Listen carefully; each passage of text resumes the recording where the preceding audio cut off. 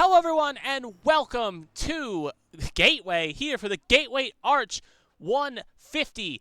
My name is Kevin Young, as always it is Kevin Young, and we are proud to bring you A-Squared action here on a Sunday evening. We're joined in the middle of qualifying here. We'll see the mad dash for qualifying taking place here in Gateway here tonight, and it would be helpful if I put the time on the board, so we'll do that real fast. There we go, 4 minutes, 29 seconds to go, and Brandon Proudfoot in his second lap that you can just see put down a heater of a lap that will put him at the P3. As we'll see if any drivers here. Bren Roberts right now is the driver on his second flying, so we'll see what Bren Roberts can do in his 84. Back in action after last week. He was not here, and he was being filled in for, and his fill-in driver did a great job for him during last week to make sure he brought the car home safe. And actually, I think it was 2 weeks ago. But the point still stands. It was Merchant. It was, Justin Merchant. So now Bren Roberts back here in action, looking to try to get that car going. Second lap, though, not going to be that great, though, as he washes up the track there. Car very, very unstable there. And it's going to be quite interesting to see how it plays out, his second lap here. So we'll see how it all plays. And second lap, obviously not going to be improvement because of that mistake. We'll see if anyone else is left. Dustin Painter, he's out on a lap here. He's going to complete lap number 2 here, and I think Zach Millett is doing practice laps. So actually, there's Zach Millett. We're going to cut here to see Zach Millett, because usually he's a little bit down on the board right now. P28 he currently is, which for the 3-time winner this season is not usually a place you want to usually see him. So we'll see if that light timing is correct here. If he crosses the line and does not include, he will stay P28. And yeah, he is permanently P28 right now. Dustin Painter looks like he's also been struggling a bit too. You can see as he came up the wall just a little bit. And looks like that will be the end of his run as well. Looks like a few other drivers are taking practice laps here, including Ross Baxter currently sitting in P10 in his qualifying run.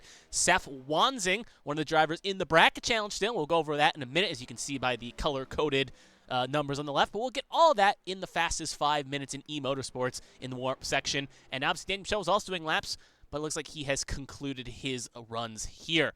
So we're going to let a few drivers take the practice laps here. Only 2 drivers yet to set qualifying runs yet. Alfred George and Emma Kruger. And we'll see what they can do if they do attempt to go out here, because the lap time is only about 34 seconds, so they could elect to take a lap if they so choose. Obviously, Emma was dealing with a bit of wrist pain last week. Hopefully whatever was ailing her is fixed up quite nicely, as she's a strong competitor when you get her behind the wheel. And we'll see if she can compete the full race here if she can. But anyway, 2 minutes and some change to go here. If everything holds right now, Daniel Michelle will be the driver that advances through, takes pole position, and we'll see how he can play as a driver that is hungry for a win. So actually, while we have this time right now, we'll actually take a look at the, we'll take a quick look at the bracket challenge here, as we've got a little bit over 2 minutes and some change to go here. So we'll actually get cut right into it, so we'll take the tower off here, and we'll take a look at the bracket challenge here, if I can quickly pull it up. There it is, right there. Yep, you can see right there after last week's results. We're now in the semifinals right now. Battles was able to, Pennell, keeping his run going here, is able to beat Joshua Battles, I should say. And he advanced to the semifinals. Seth Wanzing was able to outlast Pacey Wadjet in a duel in the top 5, and Wanzing was able to get the last strike, and they'll be challenging Ryan Pennell here today. So obviously, if they see those 2 drivers in red, they're fighting each other. Stefan Oberstadt and Daniel Michelle fought. Michelle played a great comeback drive, being a lap down with 25 to go, is now advanced to try to take on Brandon Featherplace, who got a podium last week as well. And worth noting as well, even though Michelle is currently sitting on pole and is more than likely going to be the driver that takes pole position, he is also at the same point, though, fighting the defending race winner in Brandon Featherplace, who won, I guess you say, last year at Gateway. Not the defending race winner. Last race winner was John Hagan, but the last winner at Gateway last season was Brandon Featherplace. So this is a track Featherplace has won at. Daniel Michelle has not, at least in A-Squared Cup competition. So we'll have to see how it all plays out, but this is going to be interesting to note, because the finals are next week in New Hampshire, and whoever is the highest finisher in the battle between Pennell and Wanzing and Michelle and Featherplace will fight each other at New Hampshire, and highest finisher there will be the winner and will win a good prize that I think that driver will be quite happy that he's won. So obviously, still a long way to go. We still have well over 120 laps, 5 minutes warm-up, 120 laps here, and then next week in New Hampshire, the same thing, even with a practice session. So a lot can change between there and now. So it looks like, as you can see by the clock, qualifying is about to conclude here. So we got about 10 seconds, 6 seconds left here, and it's going to be Daniel Michelle still sitting on pole position. Obviously, his car is not on track, so here's Seth Wanzing going to complete his last lap here. and we'll see how it plays out. Actually, Emma isn't here. Thank you for the clarification. Saw her on the drop-down box here. Must have misread it. Yeah, she is technically on my drop name here, but it looks like she has not been cleared. So apologies to that. Hopefully she does get well. So miscommunication by me on that part. So anywho, obviously we again wish Emma a speedy recovery for whatever, obviously her wrist injury, and hoping she can get better and be out on the track soon. But anyway, we're going to get ready here for the warm-up right now, and we'll take this opportunity to, obviously we went over the news for that. We'll also go over some of the driver subs out right now as well. So we'll throw it right now, as I actually like the tower for this situation. We'll actually focus on one of the drivers that is filling in, doing some placement duty. Jonathan Adams is not here tonight for competition, and he is being subbed in by Byron Jones. You'll see right there in that 8 machine. Obviously, if you have been on ABN 1 and ABN 2, you're used to the driver of that 8 car, Byron Jones. HDL, defending HDL Truck Series champion. He also subbed last week in the HDL duels and qualifying as he tried to qualify Pacey Wygant's 00 to a good position. So obviously, fill-in driver, knows how to drive the car well. Obviously now Jones and Wygant, obviously competition in the Truck Series last year. They'll now be competing again here tonight for different teams and different outlets. But we'll see how he can do in a fill-in role and see if he can bring some magic for B-Tron and the 8 car in question, as he is doing a fill-in role here. So we'll see as well. I'm just pulling, make sure all the information is correct here. Just want to make sure no one else is on the sub-in roll. So there's Jonathan Adams. We'll actually let him do a couple laps here as we go over the point standings right now. So right now, obviously right now at the moment in the A-Squared playoff standings, obviously 5 drivers have won so far this season. They are all, 4 of them are locked in the playoffs. Zach Millett is still trying to get in above, I believe, the top 30, I want to say, or there's at least a limit to the point where he needs to get in. And right now he's still trying to chase that down to get into the playoffs. But right now he's making good roads to do that, as he's still got to get some good playoff points and other things to ensure himself a lock in the playoffs. But right now, he's still on the outside looking in. If we look down to the cut line, though, this is where it's going to get kind of interesting. Because right now, Kenneth Cheney is last driver in at the moment. He's currently 16th. Obviously, if we assume, let's say, Millett advances, the position would get bumped one up to Seth Wansing. And if currently 1 point ahead of Kenneth Cheney, and let's say we get a new winner here tonight, as you see Kenneth Cheney right there in the 76, looks like he's having a bad old time here right now, is then Kevin Feemster, who's 3 above Kenneth Cheney. So right now, it's interesting on the cut line with Brandon Featherplace, 9 points ahead of the cut line, currently 13th. Kevin Feemster, 3 points ahead of the cut line. Seth Wansing, 1 point ahead of the cut line, and Kenneth Cheney, the cut line. And if we look below the cut line, Josh Gaiman is currently 6 back. He's a strong driver, made the Final Four last year, someone you do not want to count out. Stefan Oberstadt is 7 back. Obviously, we saw in the bracket challenge, made it to the round of 16. Actually, round of 8, I should say. Also made it to round 16, too, as well. Bren Roberts, obviously back here again, and actually currently 9 back, and David Wright, 17 back. But with still a lot of races to go, and anything can happen. If a driver outside this top 20 this top 16 gets a win here and a full-time competitor, they could easily shake things up here. And Gateway is a track that can be a little bit iffy. And look at the top of the left side, the screen right there. Josh Gaiman went 2nd fastest here in the practice session. So he's definitely a driver hungry and could easily shake things up if he gets a victory. Moving on to the Rookie of the Year standings, John Hagan currently leads the way there in his situation. Just getting one thing adjusted here. Give me 2 seconds. John Hagan currently leads the way there in that position, as he is currently closely followed behind Lilac Zier, who's 15 back, Pacey Wygant, who's 31 back, and Alyssa Peltier-Sharp is 39 back, and Kenneth Cheney rounds out the top 5, 77 points back. Should be worth noting, all 5 drivers are at the moment in the playoffs as we speak. Sharp, Hagan have wins. Zier is currently 2nd best in the drivers without a win. Pacey Wygant is, I believe, 3rd best. And Kenneth Cheney is obviously the bubble driver, as we've went over. Last thing to report on with 1 minute to go here in the session is the team standings. Line Power, taking up where they left off last season when the Constructor, is currently leading the way in the Constructors again.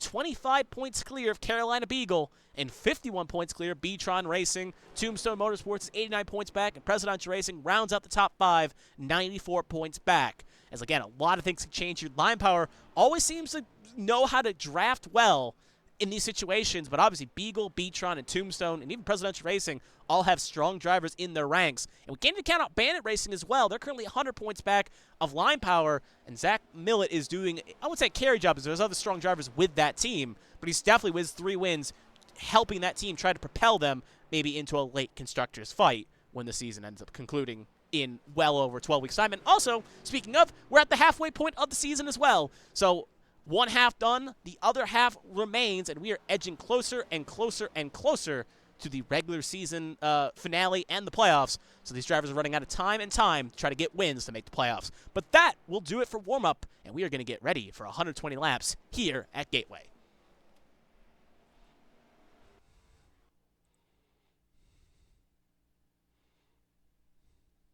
Well, anyway, as we get in here, ready to go here for the main race, let's take a look at the starting lineup here. Just going to flip one thing over there. And now we'll take a quick look at the starting grid here today. So starting on pole is Daniel Michel, as he is currently leading the way with John Hagan. They'll be on the front row here, as they'll be the ones taking the front row for the green flag. Moving further down the field, we got Brandon Proudfoot and Pacey Wygant, two drivers looking for a win. They'll be in row number 2. Seth Wansing, the higher of his bracket competitors, is currently in row 3, along with Mike LaJoy, a driver that is currently on the outside looking in the playoffs. A good run would suit him well. Byron Jones, Kenneth Cheney in row number 4. Jeremy Breo and Ross Baxter will round out the top 5 here. As we move a little bit further down the order, we got Sears and Patrick Oberstadt next up in row number 6.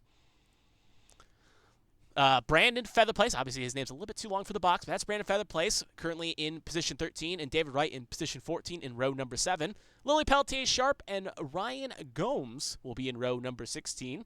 Row 8, I should say, not row 16. That would be a little further back. Mark DeLayla and Josh Gaiman will be in the next row in row number 9, and Austin Mongold and Davey Hawk will round out the first 10 rows. Moving a little bit further down the fields, actually, I'm seeing something here with Hagan. I just want to make sure nothing bad happened there. Yep, they all looks like they're good to go here. Moving a little bit further down, we got Markowski and Feemster. They'll be in the next row in row number 11. Moving further down, we got Stefan Oberstadt and Tommy Withers in the next row in row number 12.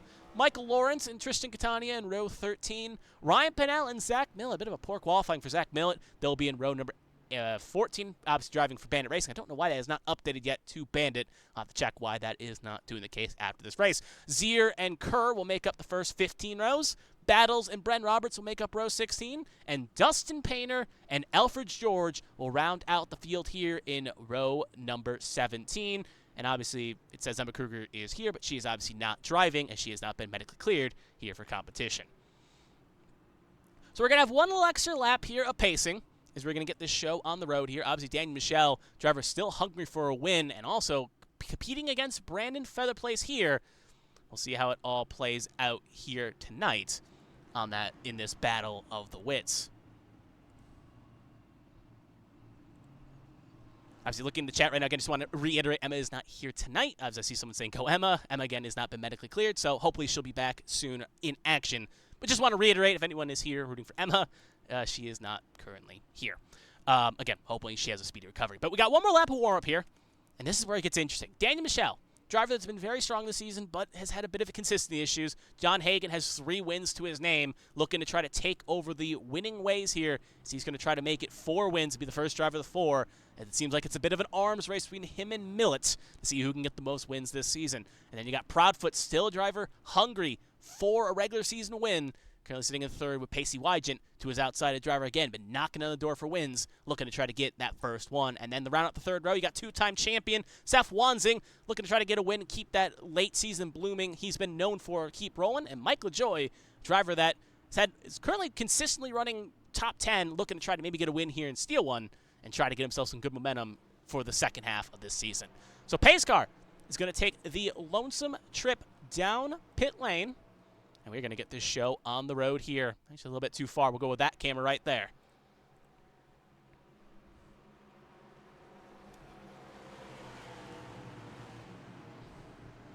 Pacer going to take the lonesome trip down pit lane.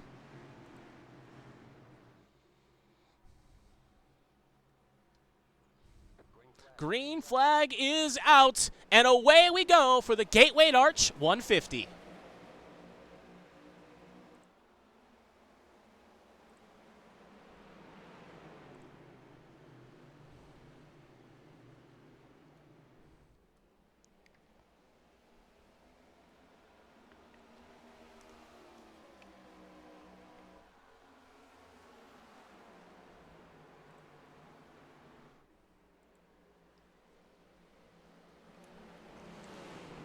So So as they come off of 4 here, Daniel Michelle is going to lead lap number 1 here, but John Hagan is going to be under pressure here early as he's in a battle here with Brandon Proudfoot here in the 2nd row. Now Pacey Wygett looking to try to sneak around the outside, but he gets a little loose right in front of Seth Wanzing. They'll keep it saved.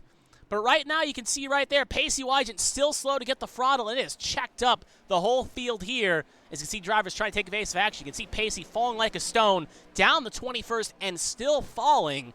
And just see how easily it is. Again, how quickly you get on the brakes here. The car can kick out if you're not prepared to see it. And you can see the effect right there as Wygett is luckily did not get major damage. And for Seth Wanzing, who was the other car involved in that accident, we'll see if we can get a good quick look at his front end, but you don't see much damage in the Midwest Barbecue Dale Jr. inspired throwback, as it looks relatively okay. So he'll continue on here and battle for position. A little bit further up here, we're going to cut back up to the top half here. You can see again how it's got some spacing because of that incident. It's now put John Hagan has actually got around Danny Michelle, who looks like he made a slight mistake while we were kind of covering that battle, and now Michelle is going to fall down the 2nd.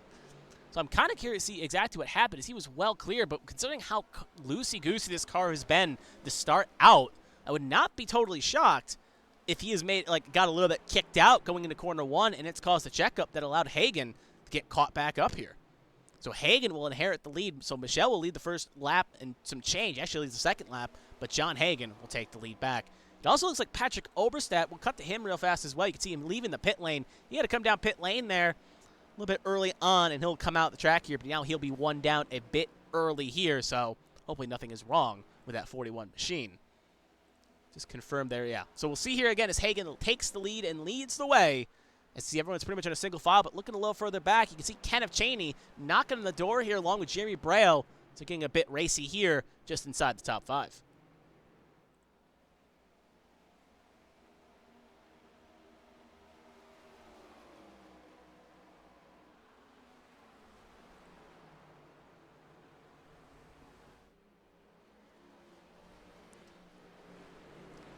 So it should be worth noting as we see a battle for 2nd raging on between Proudfoot and Michelle here. We'll actually get a little closer to show what's going on. It should be worth noting stages are here tonight at lap 25 and lap 60. So it's going to be kind of a short run here for each stage, as it's kind of a quick gasp. So obviously, especially with how short these laps are, you can quickly see this end up changing quickly and stage 1 being over in the blink of an eye. So these drivers have to be a bit conservative but also aggressive to make sure. We have a caution here quickly. We'll see what we can cut to see what exactly it was. I'm not seeing anything at the battle box at the moment. May have been Ross Baxter. It is Ross Baxter, and I think Byron Jones and maybe Michael Lawrence had something to do with it. We'll see if Michael Lawrence is torn up. He looks relatively okay. As for Byron Jones, he looks okay too. So wonder what exactly happened to cause this caution, but this will be a huge bailout for Patrick Oberstadt, who luckily get the lucky dog, bearing he was not involved. So we'll take a look here. I'm going to cut to, we're going to see here, looks like by my indicator, Ross Baxter may have been the incident star at this point. So we're going to cut up to about this angle here, and we'll play it at 4th speed and see what exactly happened. He kind of cuts up the road just a bit here, and now we'll play it at full speed. The back end kicked out. He just got a little hooked by David Wright. And then you see cars take evasive action here, and then a self-spin in the back done by Michael Lawrence. So 2 separate incidences. Don't know how Jonathan Adams got involved in this case, but that is what caused this incident. So we'll take another look here. We'll actually ride on board. Actually, we'll get a little close angle here. I was going to say ride on board with the Texas Pete machine, but I think just seeing him from his angle will probably be a little bit better. So we'll play it. We'll actually take it from cockpit. Not cockpit, sorry. We'll take it from chopper camera. Is always a good angle to show it. We'll play it at 4th speed here. See exactly again what happened. You can see the 60 drifts up the road just a bit. 42 tries to go low, and you can see the car kicks out a bit, and it just so happens that the 60 is currently there. Then we'll play at full speed, and then you can see right there the 42 kind of gets hooked by the 61. They both get stuck together, and again, the unique situations of Gateway end up playing a bit of a factor there as the wall kind of kicks out, and they almost go into the porta potties, and the 61 obviously got a lot more damage in that encounter than the 42 did, but both look still relatively okay, all said and done. We'll take one more look here as well, as it looks like, again, something happened to Byron Jones in this situation. Let me just see. I think it may have been a little bit earlier than the time of the caution. Actually, well, yeah, we'll play Byron Jones real fast here. Oh, yeah, this is unrelated to the caution incident, but I just wanted to see if it was or wasn't. But it looks like, yeah, back end just kicks out here, and he ends up losing, and that was right around the incident one lap before what happened. And then we'll take one more quick look, obviously, as well from Michael Cheeseburger Lawrence, as he had his own little incident here, and we'll actually ride on board with the 47 machine here, and we'll see what he saw from his own little incident here. Yep, just got throttle a little too early, got and kicked out. You can see, obviously, unrelated to what happened up the road, but on the same backstretch, he ended up having an incident too. So back to live action. There's Byron Jones right now. Speaking of Byron Jones a minute ago, there he is currently sitting in P26. But up in the road, John Hagen, Daniel Michel, 1-2. Looks like Michel may have had a little damage on that right side. Actually, I thought he did, but it looks like he's relatively okay for the most part. Handful of cars electing to come in. Obviously, most of the cars involved in the incident came in, like Ross Baxter. But more importantly, if I can find him on my drop-down menu, Josh Gaiman, he likes to stay out. And you definitely can see some of the scars from that incident with David Wright protruding on that 61 Gear Cats machine. But sometimes you got to keep your foot in it. Obviously, the drivers do have one faster pair for the troubles. You don't want to burn it early, especially with the stage break being at 25. You can end up hanging on here and still keep a good run going. You can get some good stage points. And for being Josh Gaiman's situation right now, being 9 points out at the moment. Actually, sorry, yep, 6 points out, not 9. Any stage points can really help that 61 machine get him back in the top 16 for the playoffs. Like I also said as well, this was a good bailout for Patrick Oberstadt as well, as we'll cut to him, show him right now. He obviously had to come in for service down the pit lane. Does not have a penalty as far as I can tell on the report, so he did come down under his own free will, I should say. I was going to say nutrition, but nutrition's the wrong word. Intuition is what I meant to say that word. But regardless, he comes down the field right now, and he'll get it bailed out, and he'll be back on the lead lap, and he'll give us 34 cars on the lead lap. But we got the one to go.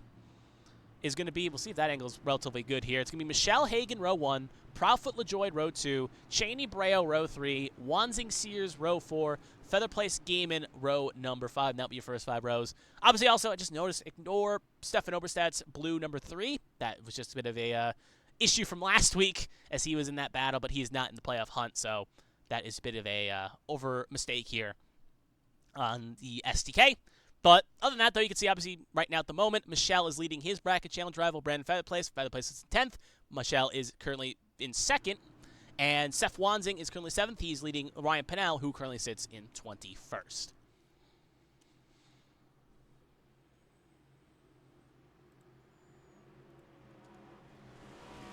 So pace car going to take the trip down pit lane here. And it's going to be on John Hagen's control.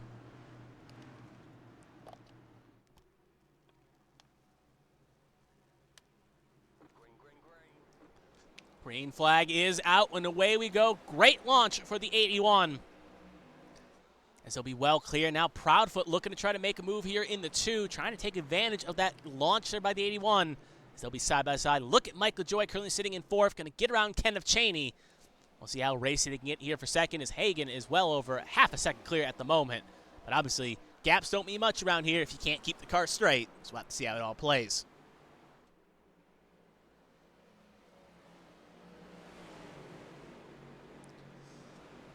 So Proudfoot will get clear for 2nd. Now Mike LaJoy looking to try to take 3rd away from the 25 machine. It's going to be on the corner panel here, but can't get it done. We'll check right in front of Braille there, which could open the door for Kenneth Cheney to get a run on him.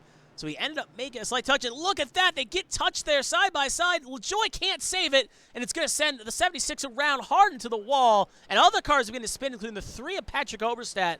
As we'll see if we can get back there. You can see the 76 Kenneth Cheney. Ryan Pennell looks like he got through. I'm trying to find the 3 here. There he is. Tommy Withers, Alyssa Peltier-Sharp, and Ryan Pennell all seem to have some incidents here. And they will bring out caution number 2. Ryan Pennell with a torn up right side there. And obviously a few of those cars quite torn up as well. So we'll see again. We'll pull the replay in a second. I just want to see if anyone else has got some damage. 23 of Withers looks like got relatively okay avoiding it. Patrick Oberst obviously did not get involved in that incident. But you can see some cars torn up. And let's see if, quickly check on Kenneth Cheney if I can find him. There he is. Yeah, right now, driver on the bubble line right now needs a good race. And right now, looks like he may be in trouble for getting stage points at the moment. But we'll take a look here, as we'll take a look at the replay here to see exactly what happened. Obviously, the incident happened just a bit before this. Well, actually, to cut up the replay. That's Lilac Sear. Looks like she has her own little incident, but we're not focused on that. We're actually going to focus on Kenneth Chaney here. Obviously, it's already happened a little bit here, so we're going to rewind. And like I said, when we saw it, we're going to actually check up just a little bit back here. You can see coming in the corner. We'll pause right there, and we'll focus on Mike LaJoie here if I can find him. There he is. We'll go slow it down here as he comes in the corner here. Well, actually, play at full speed for a second. You can see he checks up right in front of the 74, and that opens the door for the 76 of Kenneth Chaney to make a move. Now we'll play it at 4 speed, and we'll go into a nice eye-in-the-sky camera here to show you what exactly happened here. You can see Kenneth Chaney kind of starts filling the gap there. And he tries to get in, and you can see kind of similar to what happened to the first instance between Wanzing and Wygen a little bit. You can see the 76 drifts up, kind of right where the 29's trying to hang the lane. It gets the 29 loose.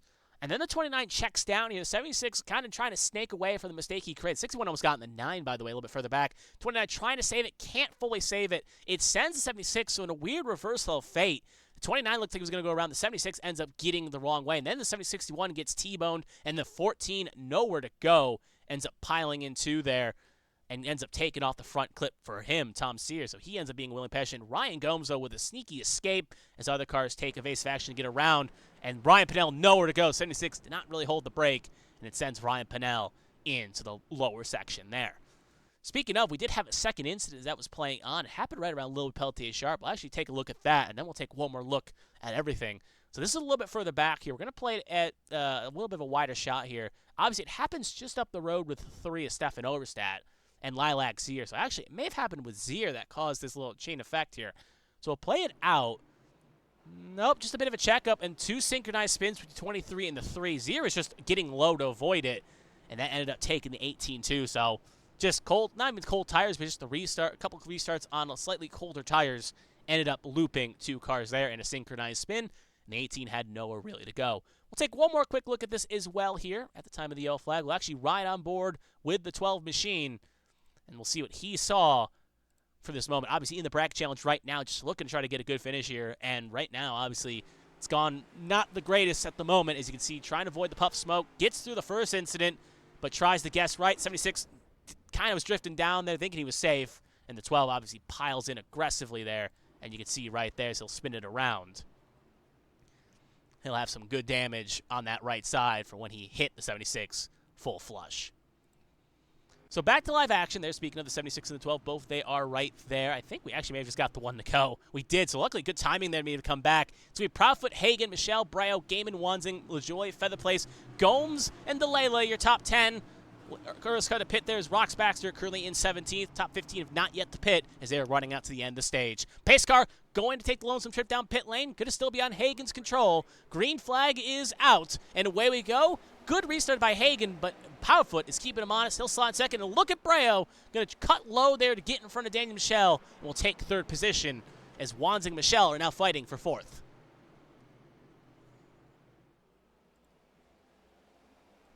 Oh, another spin in the back there. Looks like it was Mark DeLayla.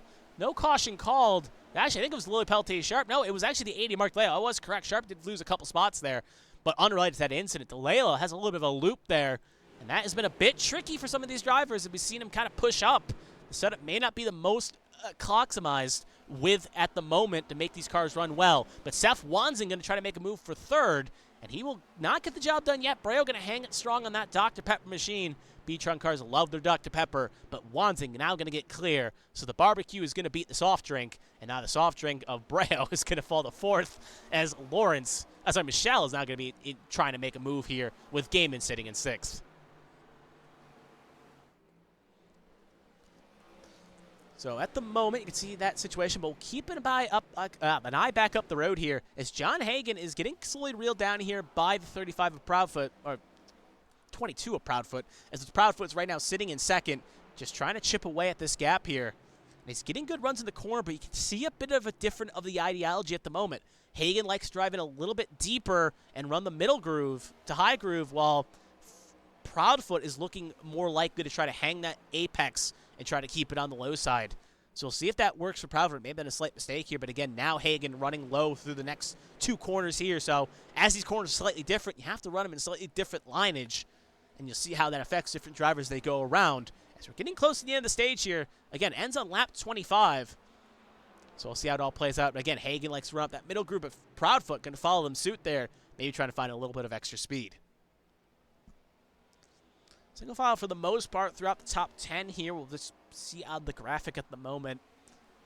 Everyone relatively okay single file. Obviously wanting to get to the end of stage here without too much calamity. Looks like a little bit at 14th right now. Dustin Painter, Lilacs here. Looked like it was a little closer than it was. But you can see further back here again, they're a lot more congested. Azir looking to try to make a move on Painter for 14th. Azir not going to be able to get the job done, but she has the speed here at the moment, it seems, to try to make a move on that 65 machine. Look a little bit further back there. You can see just back the road there. Right there, the 8 of Jonathan Adams, the 71 of Battles, and the 75 occur. And there's Tom Sears, who was involved in the last caution, trying to get towards the front here. Some of these drivers had to burn their fast repairs that are back here. So we'll see again. They have to be a little bit cautious, men being this early. But back up front, Seth Wanzing is able to make a move as Proudfoot's fallen back just a bit here. Now Breo was trying to make a move here. So I wonder again if maybe a slight mistake there as Wanzing, we'll check last time by, for example, here's Breo trying to make a move, but Proudfoot going to aggressively cover it off. Going to allow Michelle a chance of hanging around the high side here and make a move on Breo. Going to be side by side for 4th. But looking at the times there last time by, it was a 35.23 and a 34.67, so Proudfoot made a mistake, presumably through 3 and 4, and that allowed 1 and 2. We have a quick caution here as well. Looking to see who exactly it was. That could be the end of the stage here. Looks like it may have been. It looks like it was Ryan Pennell again. And you can see right there, it's gone from bad to worse. Tristan Gattani was involved, and Stefan Oberstadt as well. 3 cars involved. We'll see again how torn they are up at the moment. But those are the 3 cars involved. It looks like Alfred George may have had to take a face of action to avoid this incident. So we'll take a look here again at what exactly caused this caution here. Play it from, yeah, that angle looks good. So we'll play it from that, and we'll play it at 4th speed. Actually, we'll play it at live speed. Ryan Pennell, 48 of Tristan Gattani on the inside. Oh, Ryan Pennell's got Lulu's on the high side. And look at that. Great avoidance by the 3, but ends up getting a little slam by the 84. They're just trying to keep it straight. Very minor spin, but since it was 2 cars, caution will be called. Luckily, though, minor damage for both cars there in that incident, at the very least. We'll take one more look at it as well from Stefan Oberstadt here. As you see just a little bit further back here, we'll play it at full speed. It looks like it was the end of the stage. Can confirm that. So stage 1 is officially at the end of the books. We'll take a look here again. Spins the middle. Tries to get through. Thought he got through relatively okay, but then 84 happened to be there. Luckily, the 3 does not hit the wall, though. So just a little crunkled left fender. But should be able to fix that and keep it going. So could have been a lot worse for the 3 there if he ended up hitting that outside retaining wall. So back to live action. Pit road is a very crowded place. Lily Pelty Sharp ends up staying out here, just not coming at the point of caution. So she will inherit the lead if she does not come back around. But the race off pit lane, Proudfoot will end up winning the race with Gaiman in second. And look at this, some differing strategies here. Some drivers like to take 4 tires. Others like to take fuel only. As you can see the race off pit lane. And look at that between Hawk and Breo. They almost up coming up to conclusion there. But luckily they end up taking, not hitting each other and avoiding catastrophe. So we'll cycle the field here for a second here. There's Lily Peltier Sharp. She inherits the lead. We'll see if she comes in this time by. It looks like obviously the line to commit would have been back there. So she is going to stay out here for Gear Cats and take the track position and see what she can do with it. Proudfoot will be in second. He elected to take fuel only along with Josh Gaiman, Ryan Gomes, and Austin Mongold elected to take fuel only for their counterparts. They want the track position rather than having the 4 tires at this moment. As obviously stage ends on 60, it's a little bit of a short dash. It's a little longer. It's about 10-ish laps more than the first stage. And they made it comfortable in the first stage. So these drivers thinking at the moment this may be the strategy choice. And you can see a few cars, Catania and Pennell, escape pit lane. But you can see some of the scars. The 4 has a crunkled right fender. We'll see if that had any effects on his performance along with the 61. Looks like he may have burned his fast repair as he came in. So he's obviously running without a fast repair now. Sears looks like he's also just come in the pit lane as well to top back off. But other than that, to finish up the recap, Hagen and Wanzing took 4 tires. Lawrence took fuel only in the top 10. Michelle and Breo took 4 tires, and Hawk ended up taking, ended up taking fuel only as well, and that will be your top 11 coming to the green flag. So we'll see again if the older tires could work out and maybe hang on. This could be some food for thought for some of these drivers if we get a late race caution, especially if we get a green white checkered effect, as Sharp ended up winning on a strategy similar to this at Phoenix. So this is definitely a call that could end up playing out quite nicely. Pace car going to take the lonesome trip down pit lane. It's going to be on the 18's control here, up 18 spots from where she qualified. We'll see if she can keep that number nice and pure. Green flag is out, and away we go. Great launch by the Gear Cats duo on the inside lane, and they'll put themselves first and second. And now the question is, can they hang on with the older tires? Sharp way deep in 1 and 2. That's going to allow Gaiman to be side by side here. And a little bit further back, you can see Featherplace getting a little squirrely a little bit back there. He'll keep it safe. Withers had an off-track version, but we're all still pointing in the right direction for the most part. As you see drivers fighting position. Look at Wanzing. He's drifting up the road there. Along with Lawrence, he ends up colliding in the Gomes. Breo gets looped around. Wanzing comes back down. There goes the 33. So cars taking evasive action along with the 34 Featherplace. Pacey Wide you can see involved as well. Actually take a wide shot. That's a little bit too wide. And you can see Proudfoot. You can see a bunch of other cars here. Ryan Pinellas, he stopped, not involved. And Featherplace tried backing up and ended up hitting Battles. And you can just see it becoming a bit of a car park here as cars trying to take evasive action to get around. We'll actually cut back up the Wanzing, see how torn up he is. But you can just see the effects back there as now cars are finally getting to go away. But this was a multi-part incident here with multiple different pieces.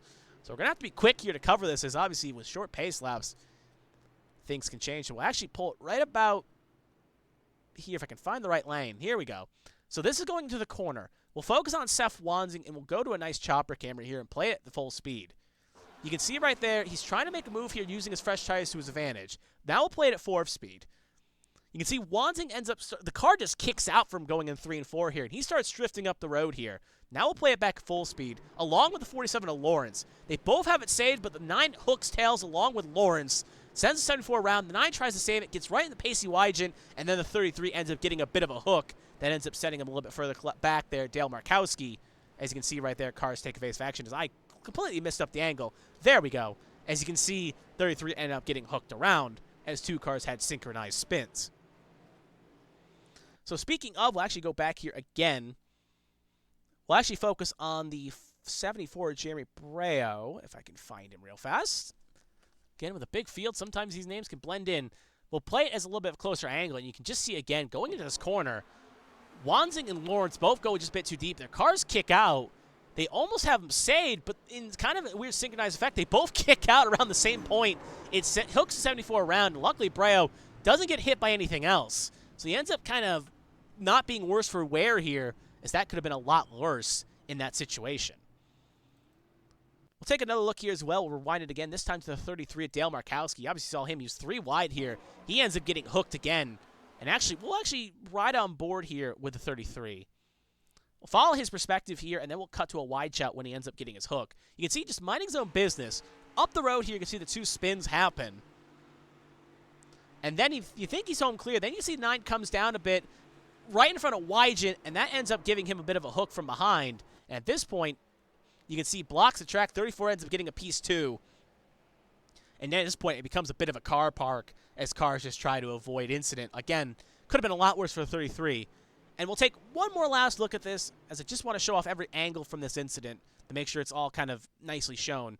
We'll follow the 34 the 34 Brandon Featherplace here, as we'll actually watch him as he was 3-1 in this incident. We'll actually take it from his perspective too real fast. As you can see, he backs out, tries to avoid the 3-wide incident. Zach Mill to his high side. Obviously, it's going to be a bit of a catastrophe around him up the road. Then you can see the effect with Wanzing drops in the middle here. It then hooks around the 33, and the 34 ends up getting, again, just between him and Gomes, sends him around and sends him hard into the inside wall. At this point, just cars trying to get on the brake to avoid end up piling on in. So back to live action. Looks like we got back just in time as we are going to get ready to go green again here.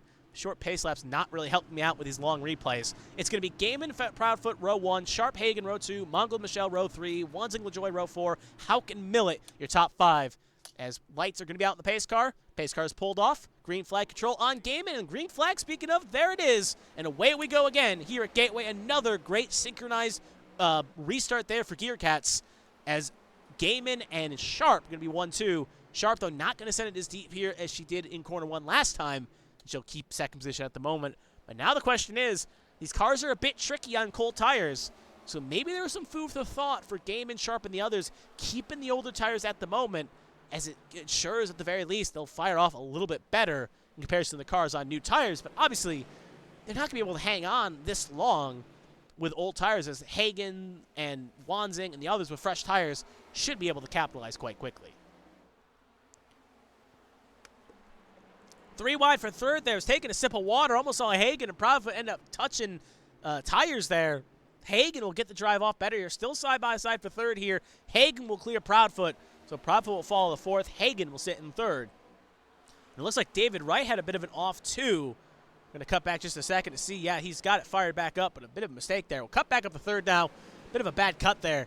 Hagen will now try to make a move on Sharp for second. Wants to retake the lead he lost under the pit stop cycle. And see what he can do here. But Proudfoot obviously not going to hang around the high side here, as these are the 2 strong drivers at the end of stage 1 looking to redo their battle here in stage number 2. But first, they got 2 Gear Cat cars ahead of them to make that a battle for the lead, as Hagen will actually end up losing a spot to Proudfoot.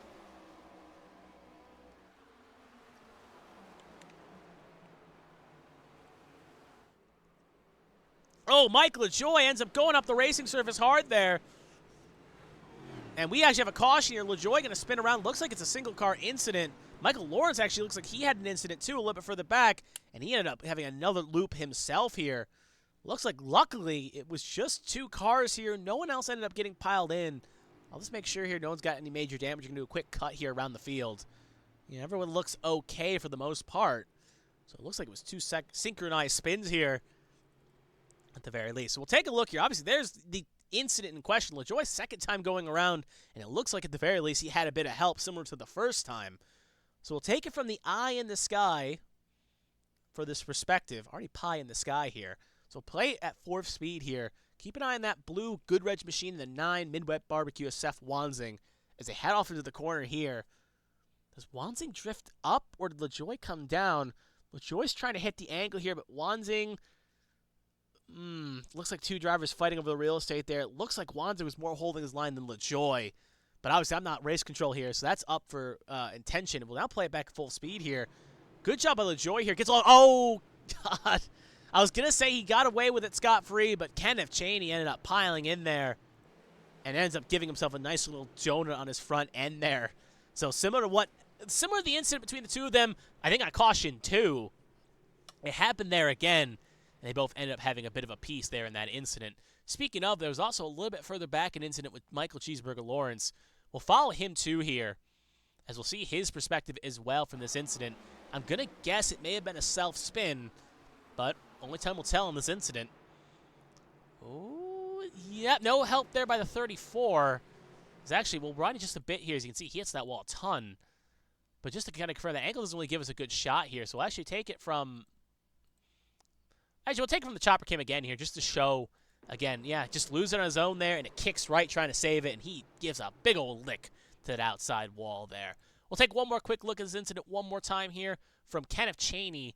We'll actually ride on board with Kenneth Chaney here. So you can obviously, there's the spin. We'll wind just a bit here, and we'll see what Kenneth Chaney saw from his perspective in this incident.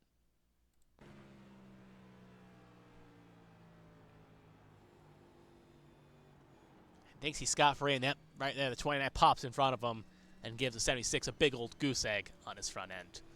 So back to live action. We just got the one to go again. Again, these short pace laps will really catch you off guard when you're not thinking about them, especially when you're manning the broadcast. So it's going to be Gaiman and Sharp still front row, but now it's been interesting because Gaiman and Sharp were nose to tail the past 2 restarts.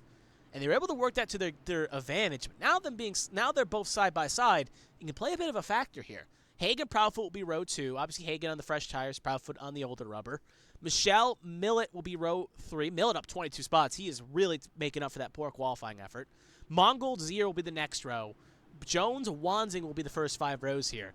Should be worth noting at the moment, Mongold, Proudfoot, and Gaiman are obviously, and also Sharp, are all on older tires. So 4 in the top 10 are still on old tires. 6 in the top 10 are on fresh tires. But obviously someone like Wanzing, for instance, with 2 loops may have burned off a little bit of that excess rubber. So how fresh truly are those tires at the moment? Again, we'll have to find that out as we run on here. Again, stage ends on lap 60. Pace car is going to take the lonesome trip down pit lane. We're just halfway done with stage number 2. It's going to be on Gaiman's control here.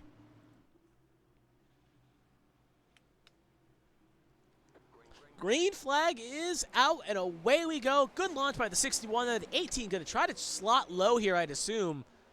And we'll keep in 1-2 for Gear Cats, but Hagen will be firmly in third, at least at the moment. And look at that, Zach Millett. Again, another driver looking to be the most winningest driver in A-Square this season. Currently now going to put himself in the top 5. As he is looking to try to make up for a poor qualifying. Look a little bit further back there. Seth Wanzing, Mongold, and Jonathan Adams were 3 wide. Wanzing looking for a bit of a reprieve here, as he's been involved in 2 separate incidents here and basically back-to-back restarts. But looks at the moment, Mongold slaps the wall. Wanzing will hold on to the position, so Wanzing will match his car number in P9, and Mongold will fall down to 10th. But back up front again, you can see Hagen and Proudfoot. They're re-energizing their battle. And you can say it's 3 of the strongest drivers this season. And look at Michelle, he clips the wall just a bit there. As that's going to allow Zier a chance to capitalize. We got a couple battles here focusing on here. We'll focus on this one at the moment. Zier looking to clear the 25. Can't get the job done here quite yet, as the 89 of them are both side by side. I don't know why this angle even exists. Love the wide shots, but that's a bit too far. Zier going to try to clear here the 25. But back up the road as well. We're going to cut to this in a second here. I see Hagen knocking on the door sharp. But right now, Hagen can't get the job done. Salt on the far shot there. And now Zier and Michelle still side by side here, not giving an inch to each other. Michelle will end up taking advantage. Now, Byron Jones. Remember, Jones and Zier both have some good runs in together in the H-Town. We have a quick caution here again. It looks like it may have been David Wright. Actually, I don't think it was. Tom Sears. It looks like it was Tom Sears. And, well, Patrick Overset's down pit lane unopposed. There's Michael Joy. Looks like he has a bit of a donut on his car. Michael Lawrence looks relatively okay. So it looks like I'm not 100% here what caused this. But we'll take a look at the replay here. I think it may have been Michael Joy. And we'll see what happens here. Obviously, a very chaotic scene here. When in doubt, in these situations, go with the chopper camera, and you can already see right there may have what happened. Michael Joy has already been loose off exit. So we'll play it at full speed. Keep an eye on that 29 good wrench machine. Car gets loose, and he gives the 14 a good old hook. And Gomes, again, can't avoid it. DeLayla and LaJoy end up piling in there.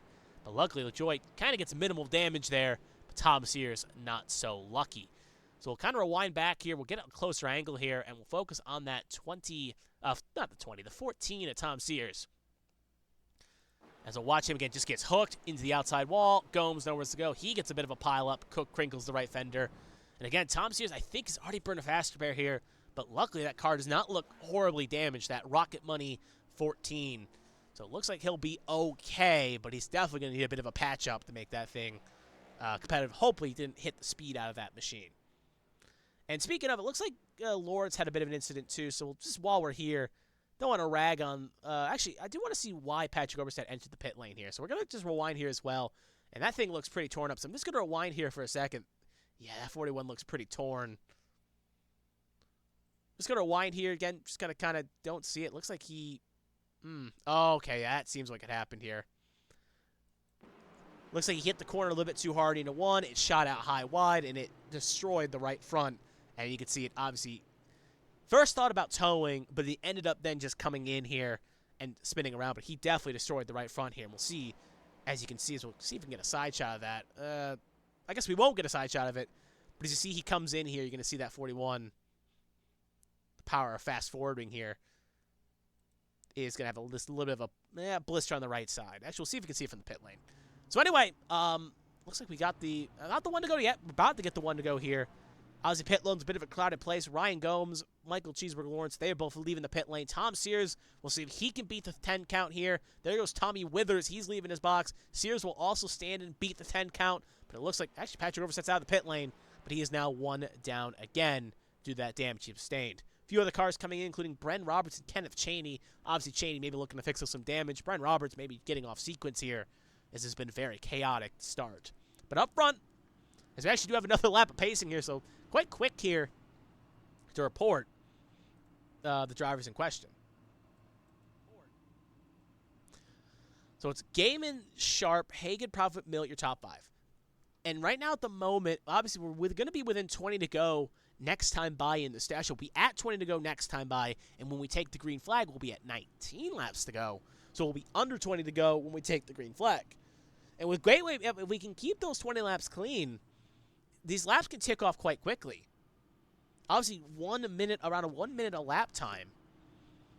It's safe to assume if they keep it clean, it'll be about 10 minutes to stage end. And that can feel like an eternity, but it's not really that long. So it makes me wonder if this strategy choice by Gaiman, Sharp, Hagen, Gaiman, Sharp, Proudfoot, and I'm trying to find the last driver here. I think it's shuffled up enough that only Gaiman, Sharp, and Proudfoot are still on 2 tires. But we'll see if this strategy can work out for them and maybe gain them a net track position. Obviously, Proudfoot has a top 5 car regardless, but Gaiman and Sharp are both kind of married back in traffic. And maybe now they have this clean track, they can make it work. As essentially, we've seen Sharp, she was strong at Phoenix. Gateway, somewhat a similar-ish track. So we'll see if it can work out for either driver here, as they both need a little bit of good luck here. Obviously, Sharp, with her victory, doesn't have to worry too much, as she's locked in the playoffs as long as she keeps racing. But Gaiman, obviously right now, again, 6 points out at the moment, getting some crucial stage points here, could easily, at the end of this race, catapult him back in the top 10. And if he doesn't end up getting a win, could maybe be the difference between making the playoffs and not. But anyway, caution is going to end here this time by. It's going to be Gaiman, Sharp, row 1, Hagen, Proudfoot, row 2, Millet, Michelle, row 3, Jones, Zia, row 4, Wansing, Baxter, your first 5 rows. Again, while I have this quick opportunity, if you're in the chat right now, sound off who you think will win stage number 2, and at the same point, who you're rooting for to win this race. I'd like to see who those drivers are, and who you think maybe has the best chance of taking home a win here in the state of the Gateway. I had to think of an analogy for St. Louis. Couldn't think of one off the top of my head here as we're about to go green, but yeah, in the backyard of the Cardinals. There we go.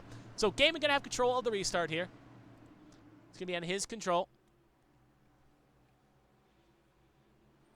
Green flag is out, and away we go. Good launch by the 61, but the 18's not going to be able to fill that hole, and the 81 is going to keep it side by side here for second. But look at that. Maybe a bit of team play there. Either the Sharp try to cook the corner around the high side that makes something happen to keep second, or maybe Gaiman backed up the corner just a bit to maybe slow down Hagen. Either way, though, Gaiman will keep first. Now Hagen and Proudfoot are both going to sneak around Sharp, so I'm more inclined to believe Sharp may have got a little greedy there, trying to make something happen, but now Proudfoot going to hang low side. That car looks a little bit loosey, but luckily Proudfoot doesn't end up spinning out there. So Hagen will take second, Proudfoot will get third, and Zach Millet, a name we haven't said much about today, is currently trying to occupy himself into the top 4 as he's looking to try to maybe find a way around here. Zier also there. You can see right there a little bit further back, trying to make a move on Michelle. Can't get the job done. Jones there will try to capitalize. Back up to the road here. You can see Proudfoot and Millet side by side. Millet ended up getting the position here. So put Millet up to 4th, Proudfoot to 5th. Jones now will slot in the 7th. And now Sharp is going to end up making a slight mistake there. And just how easy you can be the have and the have not. Millet, Proudfoot, and it looks like Michelle all going to try to clear that 18 machine here. But they're going to still run side by side hard here. Sharp not trying to give up here quite yet, but looks like Michelle's going to get the job done, and it's a bit of an open door. Car kicks on the old tires there. She's trying to hang on, maybe stay in the top 10, but at some point, every dog has its day, and at some point, you just run out of road. And we have a caution. You can see right at the road, Hagen was trying to make a move on Gaiman. We'll have to hold off to that point. We'll see what exactly costs. It looks like it may have been, Kenneth Cheney, Tommy Withers. They both had a bit of a piece of this. Dale Markarski's also a bit slow here as well. Ryan Pinnell also looks a little bit torn. So we'll see what exactly happened here. But we can confirm it was a little bit further in the back of the field here. So we'll go jump back here. Obviously, again, Gaiman survived the 10 count there. Almost lost position. But we'll go up the road here. Looking at Markowski, we'll see if Kenneth Cheney's there. Tommy Withers ends up looping. So it looks like Withers is going to be the start of this. Okay, yeah, that gives... Actually, it's not even Withers. My mistake to Withers. He was not the cause of this incident. Bit of an innocent bystander.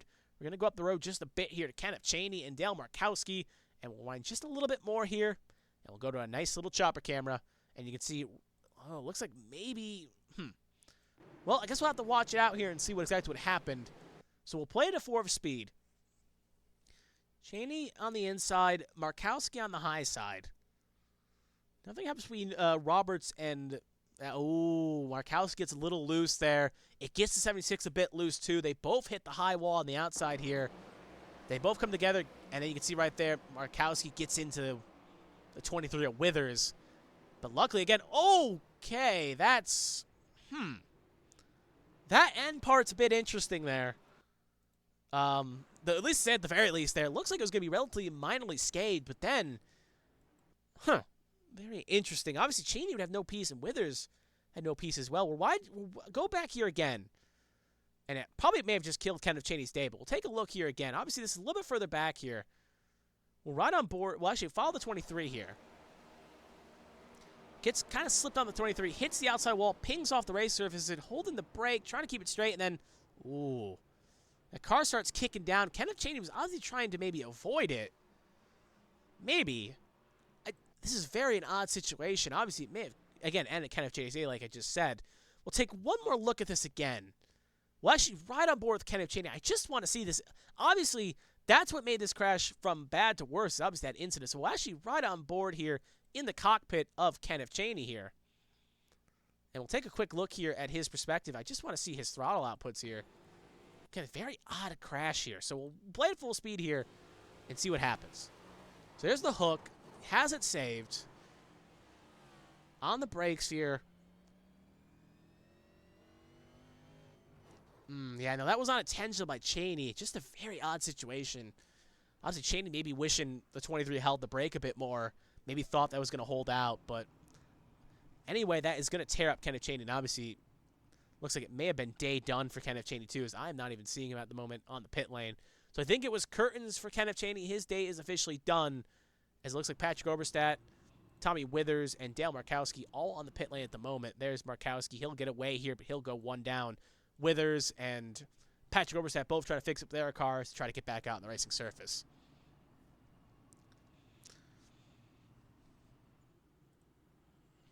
So, yeah, very odd incident there for caution number 7. Obviously, both drivers, I don't think it's Kenneth Cheney's really fault there. Obviously just a bad brake situation, and Cheney thought the hole would open up. But regardless, race control will take advantage of that. Also, they have opportunity to talk to each other throughout the week, so they'll figure out what happened there, and they will get to the bottom of it for that perspective. But hopefully, both drivers, if they have any animosity, they can fix it by next week. So anyway, now that is done, we'll take a quick look at what's going on here at the moment. Gaiman still has the lead. He almost lost it to Hagan there, but he ends up getting saved by the caution. He'll take the lead here with Hagan on his outside, as we'll now get the one to go here. It's going to be Hagan and Gaiman, row 1. Or Gaiman and Hagan, I should say, row 1. Millett, Proudfoot, row 2. Michelle, Sharp, row 3. Jones, Zier, row 4. Wansing, Baxter, first 5 rows. Do a little quick race recap of the moment. 30 cars still on the lead lap. Dale Markowski, last car on the lead lap. Actually, it looks like Brendan Roberts is also on the lead lap as well. He's come down for service. So 31 cars on the lead lap. Tommy Withers at the moment, he is going to be, I think, 2 down. I'll confirm as this spins around here real fast. I'm just checking the math here.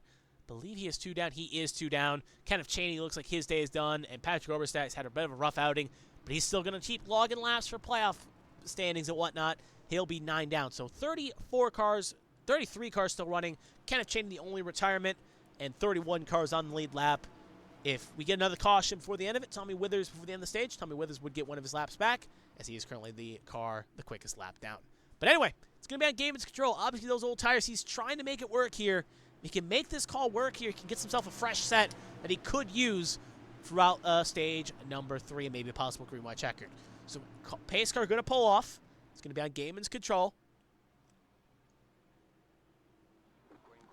Green flag is out, and away we go.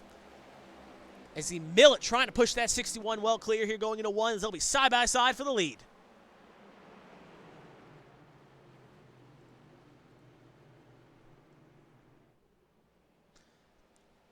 Look at that a little bit further back. Byron Jones, he gets a little loose here. See if he gets a piece of it. He doesn't get hit anything, though. I'm trying to get down. He's falling like a stone here. Hard to click a name. That drops down the order quite quickly. Hits the outside wall there, but luckily does not get shot back up in the traffic, and he'll fire back off. But back up the lead, it's still very hectic. Gaiman takes it back from Hagan. Millett now in 3rd, as we've had 11 to go in the stage here. And these drivers fighting very aggressively at the moment for positions and trying to get what they can get here. Can Gaiman's old tire strategy work here? Sharp gets a little bit loose there. Will slot back in. She'll keep 6th position.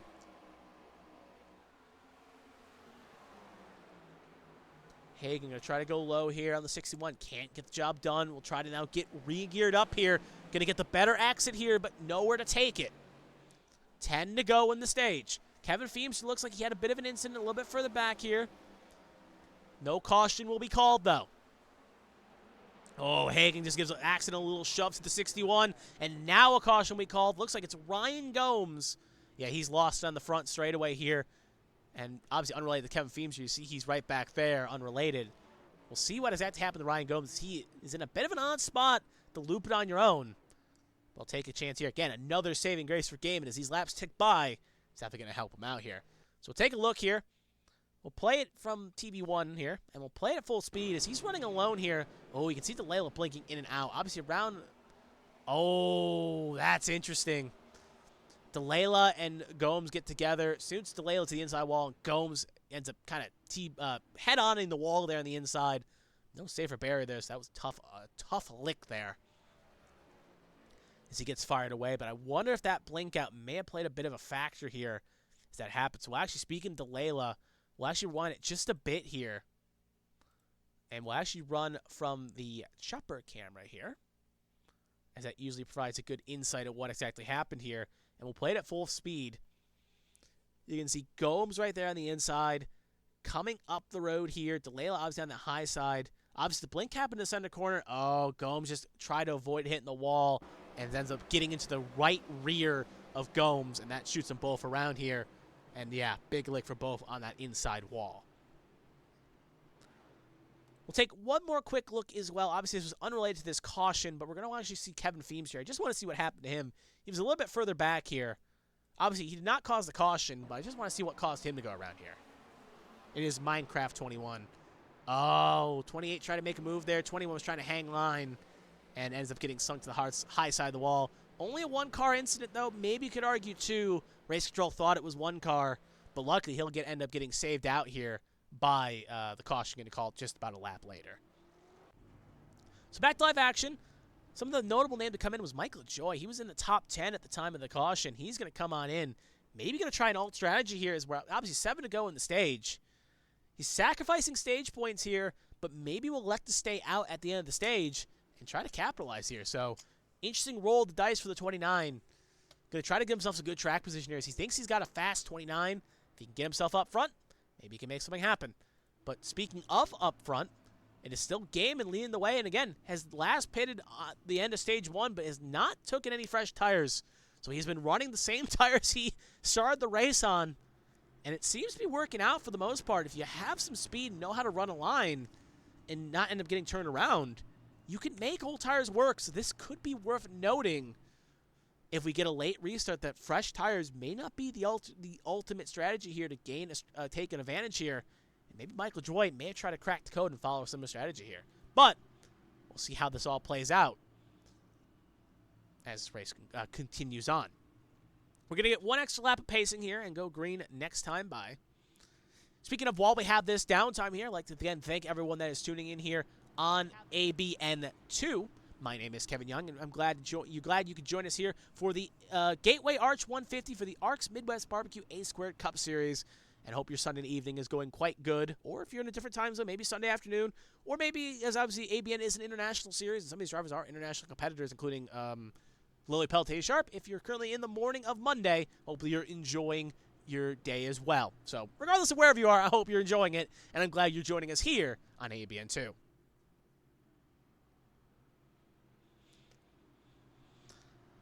So this is going to be interesting. Stage ends on lap 60. I've noticed that a couple times. We'll reiterate it again. I wish we had a graphic, but obviously SDK is not that advanced. So stage is going to end here in 6 laps. If we get another caution, we saw stage get called at lap 26. Actually, stage ended on 25, so around 22, 23, I should say. Within 3 to go. So if we get a quick caution here, next caution could end the stage. So we'll see how it all plays. Speaking of, also, Tommy Withers ended up getting his lap back. He is now down 1 down. So we'll have 31 cars on the lead lap. Tommy Withers just hoping not to get avoid another caution here, and he'll be back on the lead lap, getting himself 32 at stage end. 33 cars still running. Patrick Oberstadt obviously 9 down, just trying again, hoping for some more retirements, with Kenneth Cheney, only car out of the race, and Emma Kruger obviously was not medically cleared. She is not in today's race. So now, Gaiman Hagen, row 1. Millet Proudfoot, row 2. Michelle Sharp, row 3. Zier Wanzing, row 4. Wygent Breo, your first 5 rows.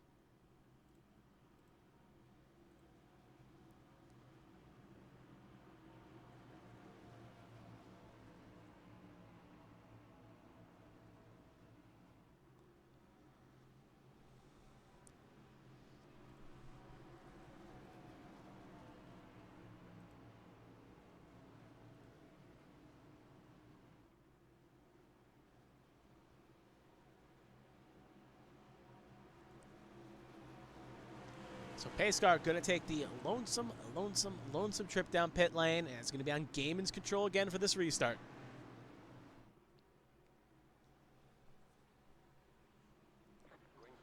Green flag is out. Away we go. Good launch by the 61 there. Looking to try to clear the 1. He successfully will get in front of the 81, but now the door opens for Millet, and Proudfoot fighting there for 3rd. Ooh, bit of a checkup back there. Danny Michelle gets hooked around, gets in front of Wygen, right in the Dustin Painter, and that should be a caution. Other cars involved. Lawrence, Roberts, Sears, LaJoy's strategy call did not work. He gets, well, he had his front end tore off. Looks like he's okay at least, very least. There's Cheeseburger Lawrence there. Ryan Pinnell, bracket challenge driver, and Bren Roberts obviously gets a piece as well. Tom Sears stopped stationary. We'll see what he can do here, and that probably is going to end the stage here. And Gaiman is going to end up winning stage 2. So Hagan wins stage 1. Gaiman wins stage 2. I'll confirm that in a second here.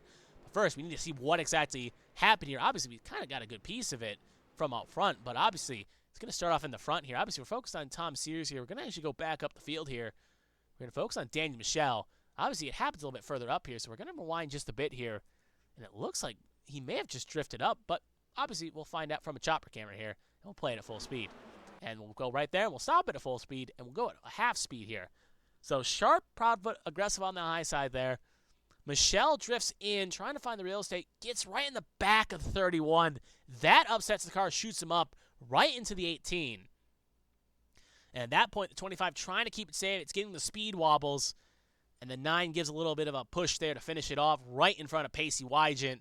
And at that point, the 25 is a bit of a passenger here, and Painter, nowhere to go. He ends up getting a big lick there at the very least. And you can see Sears ends up getting a little bit hooked too.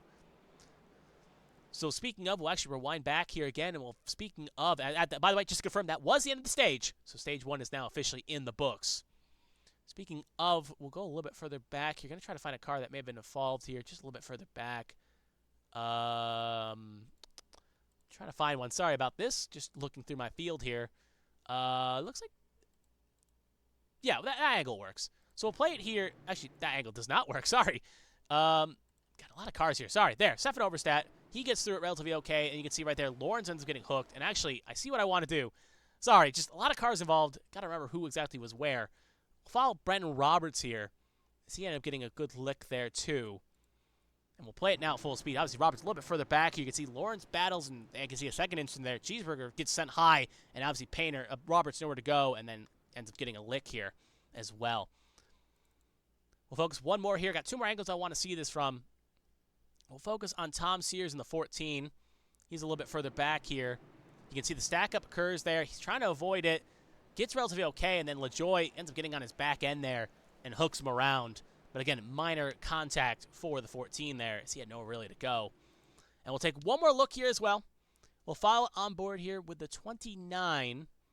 Mike LaJoy here, if I can find him. Give me 2 seconds here.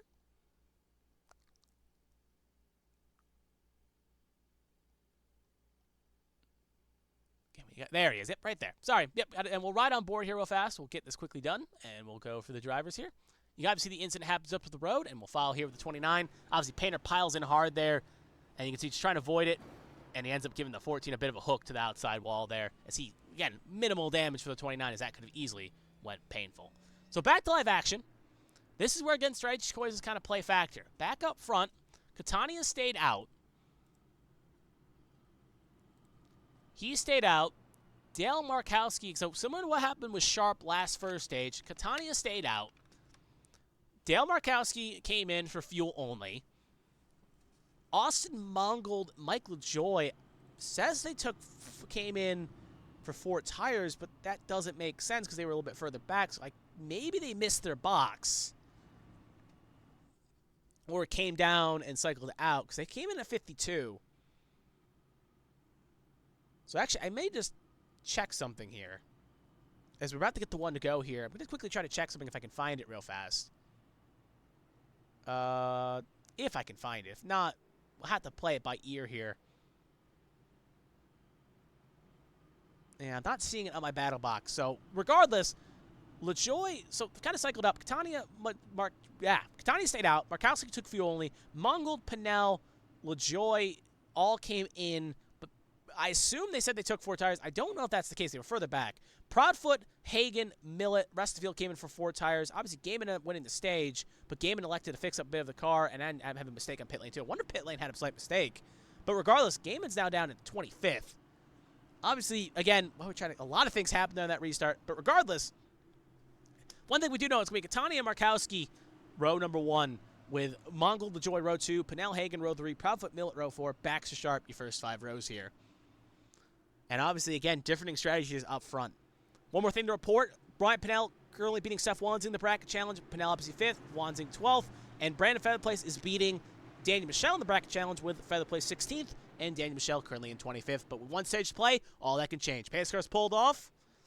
Control on Catania. Green flag is out, and away we go for the final stage here for the Gateway 150.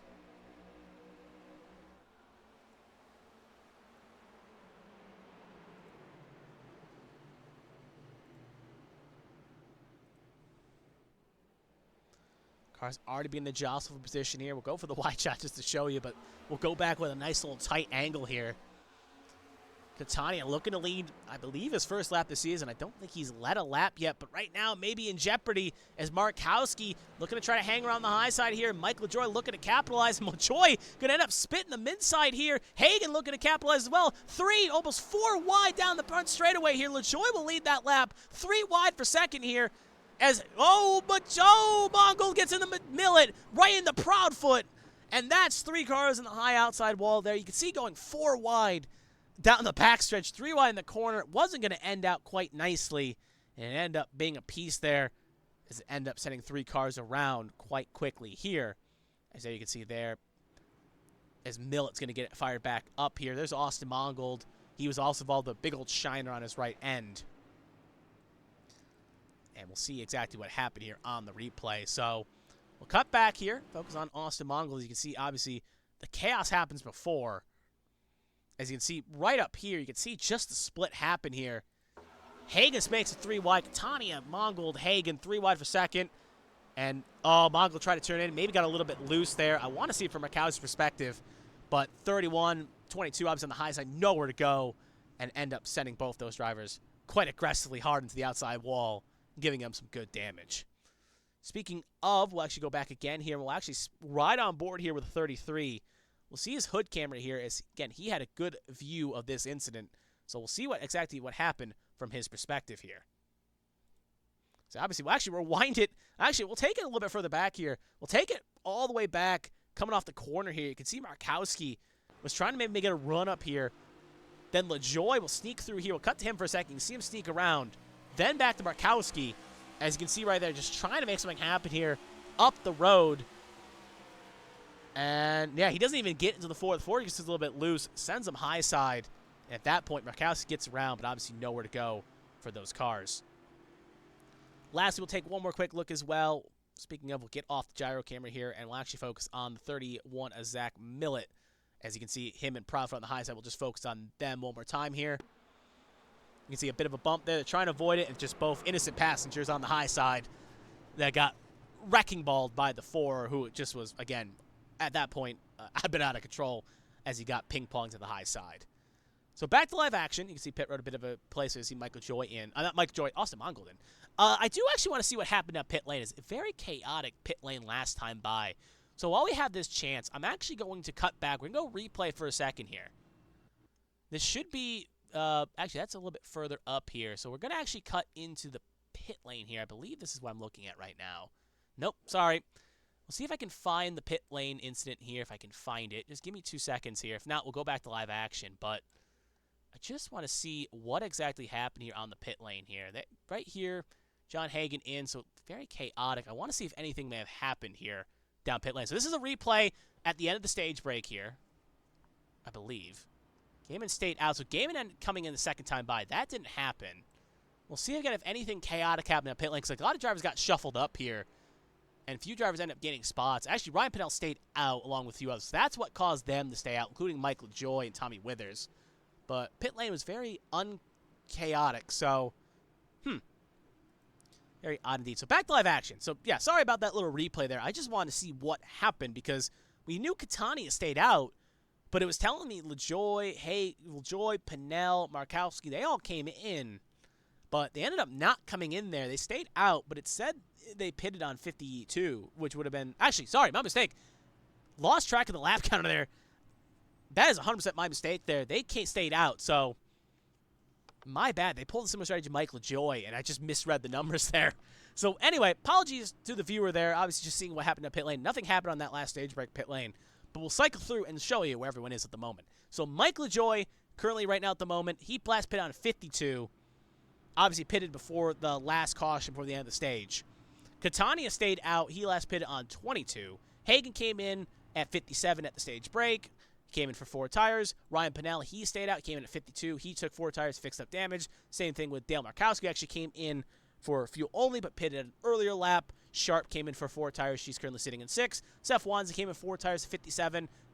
Ross Baxter, he came in for 2 or fuel only at 52. Zier and Brea both came at 57 for 4 tires. So, obviously, the stage ending a bit early threw me off there. So, again, apologies for that. Just want to see what exactly happened out pit lane. But, obviously, they stayed out is what they did. And that changed the game here. So, 31 cars still on the lead lap. Michael Cheeseburger Lawrence 1 down. Patrick Oberstadt 8 down. Kenneth Chaney the only retirement so far here on lap 66. So, now the question is, again, we saw Gammon make 4 tires work for 4 worn tires work for 30-ish laps. Obviously, there's still a pit stop in between here and the finish, but you can cut it in half if you want to. So again, with the cautions kind of happening at high velocity, this could end up working in favor of some of the drivers that took that 4-tire, came in at 52 and took 4 tires like I was saying with Joy. We'll see how it all plays out. But obviously, to get answers, you got to race first, and we're going to see the pace car pull on off, and it's going to be on that 29's control here, Mike LaJoy. We'll see exactly what happens. We'll see if he can get a good restart here.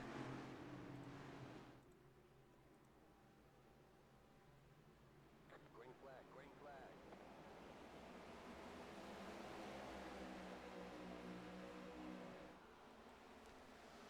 So good restart by the 29. 81 going to slide in for second, and Catania then going to slide in for third.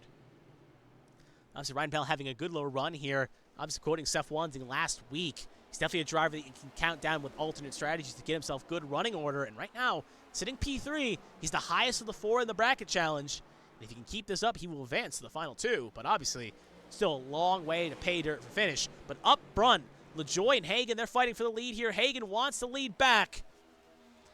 As they'll be side by side going into 1.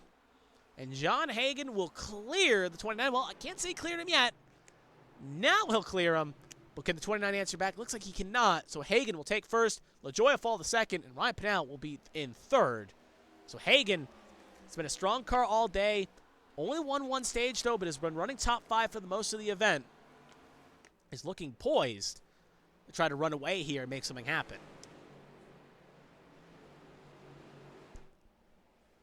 You can see right there for 4th, Seth Wansing making a move on Catania. And this is the bracket challenge raging up here. Both Pinnell and Wansing are fighting each other in the bracket challenge. Whoever finishes ahead of the other one at the end of 120 laps or the checkered flag will end up taking the victory. So we'll have to see right now. Obviously, Wansing looking to try to make a move here on that 12 and give himself some breathing room. Oh, look at that a little further back, though. We got cut away. Zier and Markowski, they almost come the touching distance there. Bit of a checkup there, though, between Wansing and now Braille. Looking like we have a couple battles here to cover. Wish we had a side-by-side. Wansing, Pinnell, obviously that stack up in the corner. We have a caution quickly here to neutralize the field. Looks like it may have been Mark DeLayla. It was not Mark DeLayla. Alfred George and Davey Hawk look like they were the point of caution here. And maybe Michael Lawrence is okay. So it looks like it was Alfred George here. He's got a pretty torn up front end. Not too torn up, I should say. Looks like it may have been Davey Hawk here. So we'll take a look here, see what exactly happened.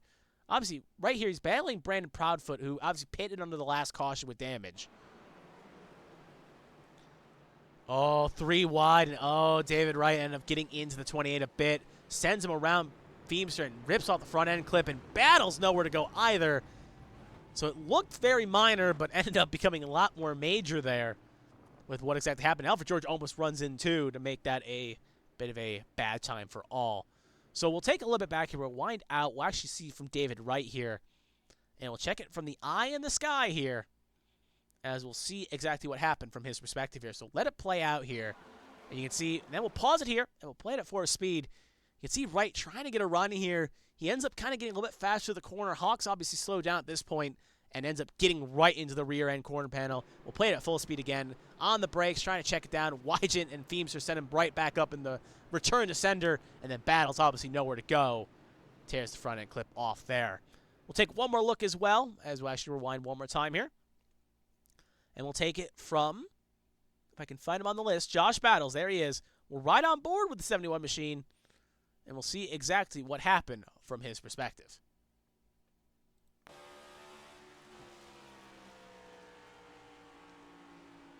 You see right there the incident up the road. Battle's trying to get around here, but obviously on the brakes, but nowhere to go.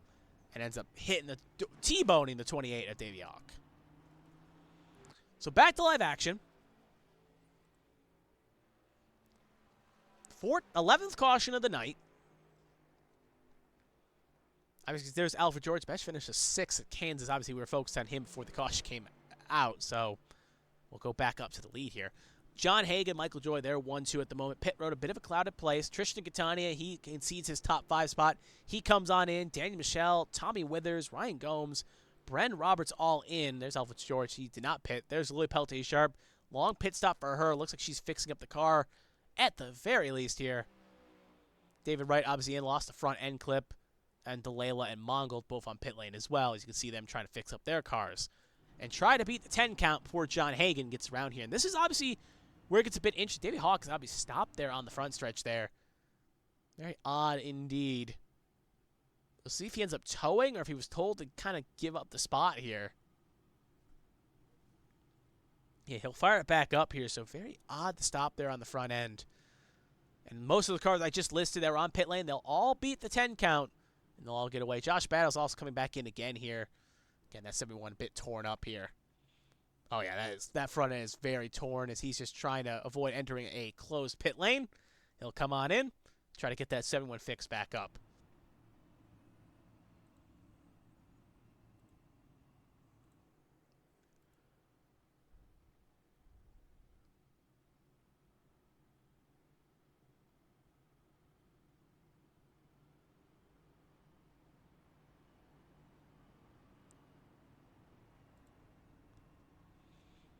So this is where it's going to get a bit interesting here. Because obviously, strategies are playing out. Obviously, fresh tires for John Hagan up front. Some of his main rivals he's had tonight have been sent to the back after an incident with Mongold a little bit, about 5-ish laps ago. They're going to have to try to recovery drive here. But Hagan has been keeping his nose clean all day. He's looking to try to extend his gap here when we go green this time by. But obviously, LaJoy, Pinnell, Wanzing, Breo, and Zier not going to allow that to happen if so choose. And I know I keep harping on the bracket challenge, but it is worth noting as well. Ryan Pinnell, Seth Wanzing, right now they're fighting each other in the bracket challenge, and they are side by side on the racing surface. And obviously, anything could happen here as they race in.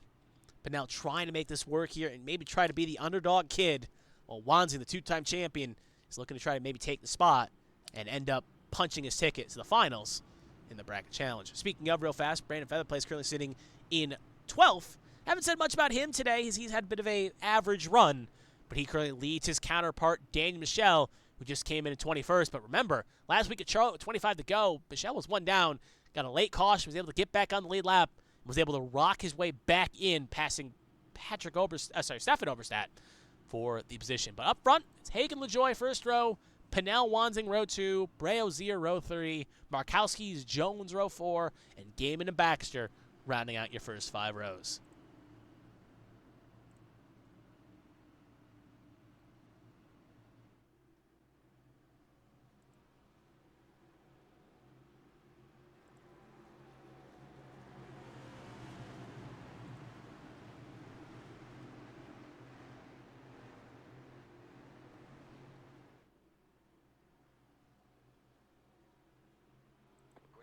Green flag is out, and away we go. Good launch by Hagan. Ryan Pinnell and Seth Wanzing are going to send it dukingly into the corner. We'll see who ends up taking advantage here.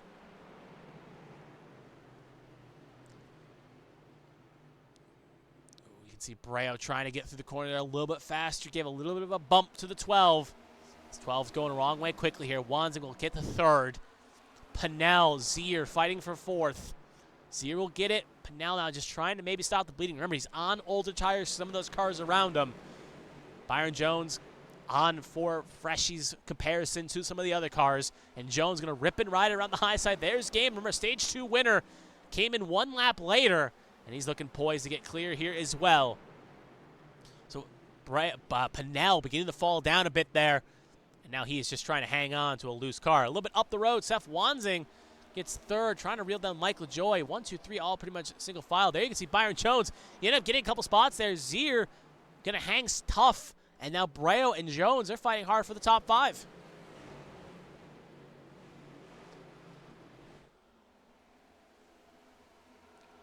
Jones will keep 5th position now. Breo and Gaiman. Stage 2 winner Josh Gaiman looking to try to rip it around. Daytona 250 winner, I guess if go kilometers, 500 winner Jeremy Breo. As Breo going to get clear of Gaiman. So put Breo up to 6th, Gaiman down the 7th. And now Jones going to try to get clear, try to get ahead of Zier here. As you can see them raging side by side here. As you can see that ticker light up. You can also see in the distance there, Proudfoot and Feather Place. 9th and 10th respectively, they're fighting hard for position. And you can see drivers just trying to change on and battle on here. As we focus on this battle for 4th here. As it rages on quite aggressively here. As Jones and Zier, oh, look at Mike LaJoy, gets a little loose up the road. He's going to come up the racing surface, hard on the wall. Going to send Zier, Gaiman, Breo all on the inside wall there. Shooting up the racing surface, Breo, he gets into Markowski. And I did not expect that to happen. Gaiman caught me way off guard there. Gaiman, he's slow on the racing surface. He is torn up. That front left is destroyed. And, yeah, that may be curtains for the 61, as I think he's already burned his faster pair. Yeah, that is going to be a tow. And we are going to have to dissect that one. Markowski, you can see pretty torn up as well. Front end clip full torn off. You look down for half a second, and you look back up, and you can see chaos happening in your rear view. As you can see, a lot of chaos happening there. Feemster, he's torn up on the front end, but we'll see exactly what happened here. As you can see, drivers jumping to pits here. But it probably would be helpful if we took a look what happened. So we'll take a look here. Cut back. There's Mike LaJoy. This is a little bit after the incident. It's best if he kind of follows battle. He was in second, well in second, and he's just going to lose it on his own here. Front end kicks out. He's trying to save it. Shoots back up the racing surface at this point. Rest of the pack's there. Zier gets shot in the Breo. And at this point, Cars and Feemster head on. Kerr piles in too. And that was a big lick for Feemster there. Big old lick for him in comparison here. We'll actually go back again here. We're going to wind back. There's Josh Gaiman. I want to go a little bit further back here. Obviously, that was just before the caution got called. But actually, we'll pay it right about here. There you can see Gaiman as well. We'll get a little closer here. Rewind out. Obviously, Gaiman and Breo fighting their own battle here for 5th. You're going to see the chaos happen on the road. LaJoy, at this point, nowhere to go for either driver. They get ping-ponged down. Breo goes into Gaiman. Bam! Big lick. Look at that air the 74 gets. And nowhere to go as well. And just, again, big licks for both cars there in question. And you can see totaled the 61 there. We'll take another look here again. I just want to focus on a lot of angles here. We'll take it from a closer angle, and we'll follow the 89 of Lilac Sear. Obviously, again, actually, we're right on board with Lilac Sear here and just see what exactly happened there. So see it from here. Obviously, again, LaJoy just gets loose. And obviously, LaJoy tried saving it, and it ended up shooting up the race surface, and that point just caused a bigger problem. So riding on board here, again, she's battling for 4th here. She has 4th locked down, and then you can see that point, LaJoy comes up. At that point, nowhere for Zier to go. Tries to go low, clips the outside, and at that point, shoots her up the racing surface. And at that point, luckily, again, could have been a lot worse for the A-squared rookie in this incident. As you can see the point. I do want to see one more perspective as well. Actually, we'll take 2 here real fast. Well, actually, obviously, there's Feemster. We'll focus on Feemster here as well. I just want to see his perspective here as well. He just gets a big old lick, too. And then we'll take one more look as well. Obviously, Feemster, the Indiana native, hanging on the high side, trying to get on the 3, and obviously there's LaJoy there. At that point, nowhere you can go, and then gets a big pick there by Catania. And I think the engine is basically pretty much cooked.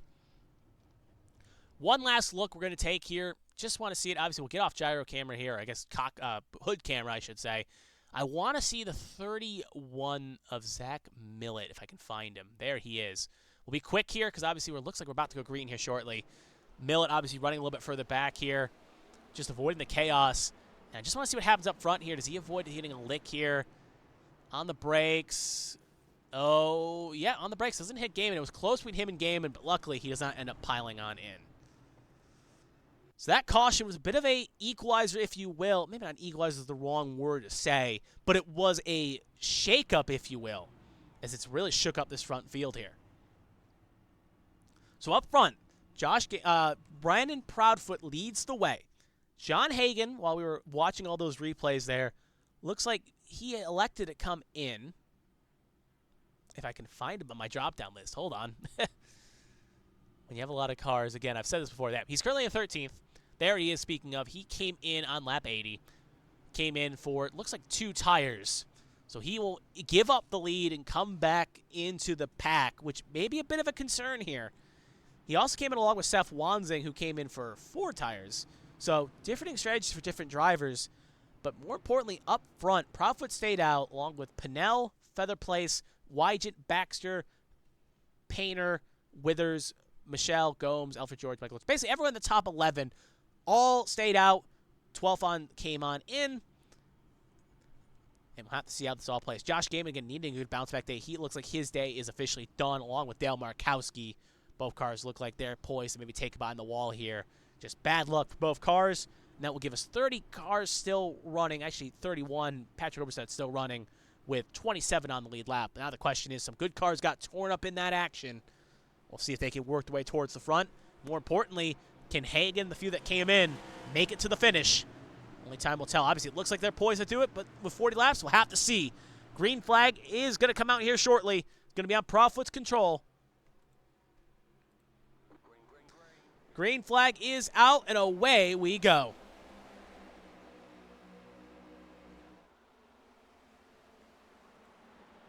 Battle for second there, quickly on Proudfoot. Featherplace, I should say. Proudfoot well clear. Featherplace, battle of the P's again. Featherplace will get it. Pacey Wygant, a name we haven't said much about all day. Been wanting a quiet run here. Looks like Alfred George, or something happened a little bit further back there. Sorry, just to cut back. Saw a car get loose, but looks like nothing of note happened. So we'll cut. Actually, we'll focus on this battle here. Big checkup here. Big pack focusing on here. 3 wide. And car smoke, Byron Jones. He gets a little bit loose there. Outside wall. Big checkup there happened. Again, just cutting angles here. Jones will get it fired back up, but we're going to recycle here. We'll go back up to the lead pack here. Proudfoot, Featherplace, Wygant fighting for second. And then look at Ryan Gomes. He goes way loose down the surface here. Again, hard to catch a car here that's going low. He won't come back up the surface, though, and he'll fall to the back, but undamaged at the very least. Battle for second rages on here between Wygant and Featherplace. Right now at the moment, again, it's Featherplace and Wygant. If the results hold, obviously they still have to make a final pit stop here. But at the moment, Featherplace and Ryan Pinnell, currently 3rd and 4th. They'll advance on a little bit further back there. Lawrence Baxter, looks like they're almost going to come to blows there. Cheeseburger Lawrence had a very up-and-down day. He is currently sitting in 6th, but he gets a little off corner, and this is why I'm a little bit concerned for those cars that came in. This is a very odd situation. John Hagan is trying to split the difference here in the middle. Seth Wanzing trying to follow suit as well. Breo as well. Michelle. All cars fighting harder for position. And this is why, again, it's a bit risky when you pit off sequence, because if you got a fast car but get in the back of the pack, you can see Michael Alfred George there in the back and Austin Mongol, they get the blows. We keep it green, though. Saw him spinning, wanted to cut back. We'll cut back up to the pack there. John Hagan sharp. They get a little bit touchy. Ross Baxter going to try to split the middle. Brad Roberts gets shot up right in front of Seth Wanzing. Painter goes low right into Jeremy Breo. And that is going to be a caution. And Breo looks like he's got some good damage there. There's Tom Sears. He loops it, and they kind of touch there. Breo, right. I'm just going to cut through and see if there's any major damage reports. There's Alfred George. Well, Alfred George is up the road there. That's Tom Sears.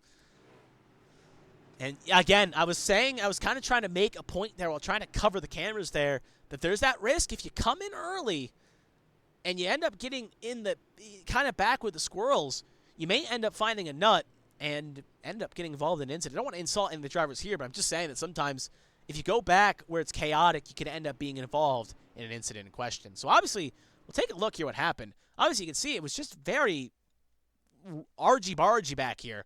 We'll play at full speed. There you can see Hagen. Now we'll play at half speed. And because I want to change cameras. We'll go from the eye in the sky here. And you can see right there, Hagen's still not loose at all. We'll play it here. Bren Roberts, we're keeping an eye on. We'll play it at 4 speed. Obviously, Baxter's trying to get a move on Hagen there as Hagen got touched with Sharp. And, yep, Bren Roberts just gets a little loose there. The back end kicks out. Shoots up the racing surface. Obviously, Wanzing nowhere to go. T-bones the 84. Sends Painter low, and then you'll see Painter come down here, and he'll end up piling in the Jeremy Breo. Bam! Big lick there for the 74 Dr. Pepper machine. Tom Sears trying to avoid the chaos. Ends up going basically dirt climbing there. Him along with a 13 end up piling in. We'll take a look at it in a second. We'll play it now at full speed here. You can see LaJoy, the 65 Painter, big damage there, along with Sears there kind of giving the last little tap in. We'll check back here again. We'll now focus on Tom Sears. Obviously, he, along with Zach Millett, had a bit of a piece of this incident. If I can find, actually, Zach, I'd like to focus on him instead. There he is. We'll actually focus on Zach Millett here because he was a little bit further up the road. Again, chaos happens in front. You can just see cars trying to take evasive action and get around here and end up kind of piling in and making the accident a little bit more worse, and the worse for wear, I should say. We'll take one more look here again. We're going to go back a little bit. I'm actually going to focus on a car that wasn't involved, but I saw him back there.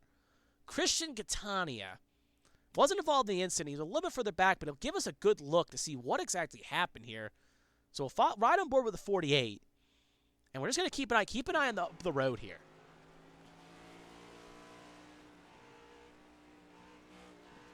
See, he just gets through it, and you can just see it becomes a bit of a... This backstretch has been a bit of a war zone. You can see Millen ends up actually getting looped around too and ends up gaining spots here. One more quick look. I just want to check one more time here.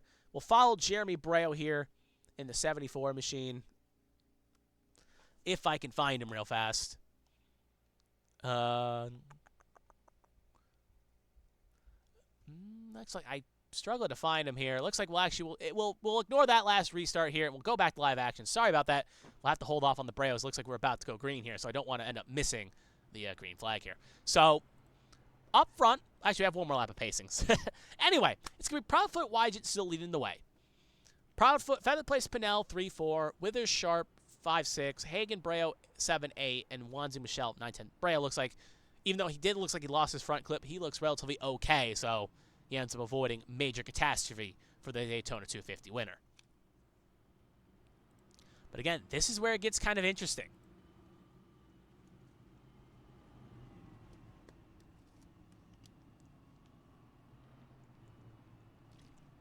I'll take a sip of water there, so we have a quick chance here to take a break in the action. Take a sip. We'll have 30 to go when we take the green flag. Obviously, it gets kind of interesting now because with all these cautions, it could play into the hands of the driver staying out like Proudfoot, Wygent, and the others. Because looking at like last stop, for instance, Brandon Proudfoot came in at 63, he'll take the lead here. Pacey Wygent will be at 71. Brandon Featherplace came in at 57, Ryan Pennell 52. And so obviously they came in, Featherplace came at stage break, Pennell came before stage break. Sharp, 73, Withers, 71, and Breo and Hagen, 79 and 80, respectively. Michelle, 71, and Wanzing, basically 79. So most of those have fresh tires, but Withers, Sharp, Pennell, Wygent, Proudfoot, and Featherplace on old tires. In comparison, obviously the oldest ones in that pack is Ryan Pennell, who came in at, obviously, 52. But we saw old tires can work. Josh Gaiman, obviously Stage 2 winner, showed that if you got a fast enough car, you can make old tires work, especially if it's very chaotic. And with Hagen, Breo, and Wanzig buried in traffic, it's going to be hard for them to kind of carve up for the field here. So we'll see if the strategy works out for these cars up front. Pace car, going to pull on off. It's going to be on Proudfoot's control here. Oop, wrong camera. There we go. Proudfoot's control. Green flag is out, and away we go. Good launch there by Proudfoot, as he'll get clear here going into one. But battle rages on for second here between Wygent and Featherplace. Kind of a battle of what happened last week. And oh, Wygent and Proudfoot, they touch. Similar to what happened in the opening laps. Wygent saves it, but he'll lose a couple spots. We'll put Featherplace up to second. Withers up to third. This is, again, very chaotic. Nowhere's really safe other than the lead, it seems. Probably going to use the opportunity to clear out. Sears way up the racing groove there. Looks like he was about to loop it. He has looped it. Single car incident, no, we stay green, but Sears just looking for this day to end. He'll get it fired back up. John Hagen up the third, though, and they're 3 wide for fourth. Pinnell going to try to hang around the high side to get third. Withers trying to split the middle. Still 3 wide at the moment. Ooh, they'll keep it clean. Let's focus on this battle here. Withers, Pinnell, side by side for fourth. Hagen well clear for third with his fresh tires. What he really needs to do is get clear, and he has. Braille trying to hang it middle groove here, trying to get around Ryan Pinnell. Seth Wansing going to get a good run here. Bracket challenge rivals. Wansing not going to take that opportunity to close up here. Side by side, high noon against Midwest Barbecue. And the Barbecue will take the spot. So similar to happened before. Spin by Pinnell right in front of Y. And they're going to end up hitting the inside wall there. I saw Seth Wansing spin there. Alfred Shorten's getting a loop as well. Looks like I have Kevin Dunn's controls here at the very least. A little inside wrestling reference. But Wygant ends up getting caught up in that incident, so he ends up getting bumped from the lead and then ends up getting involved in this incident here. And Ryan Pinnell, yeah, that front end looks pretty torn up. Also, Lawrence lost his front clip for some reason. Did not seem involved in that incident, but I'll have to take a look and see what exactly happened to him, too. But just very chaotic. Obviously, the camera kind of gave us a good perspective of what happened, but we'll take a look again. Obviously, it was just a self-spin. First, I thought Wansing was was it a self-spin, or did he get a piece of this? We'll take it from a high in the eye camera here. And, we'll pause it there, and we'll play it for speed. Did they touch? Oh, they do touch. It wasn't not similar to Wansing who spun. Wygant got in the Pinnell's rear end, and rear fender, I should say, and it looped them both around here. And obviously, Pinnell gets a clip on the inside wall there.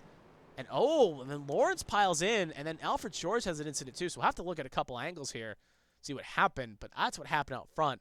We'll take it a little bit further back here. That's the wrong angle. That's the angle I'm looking for. And we'll look at Pacey Wygant here. You can see he spins, he gets hooked around here. Lawrence just loses on his own there. You can see he loses on the corner. Alfred George does too, and gets shot off the racing surface.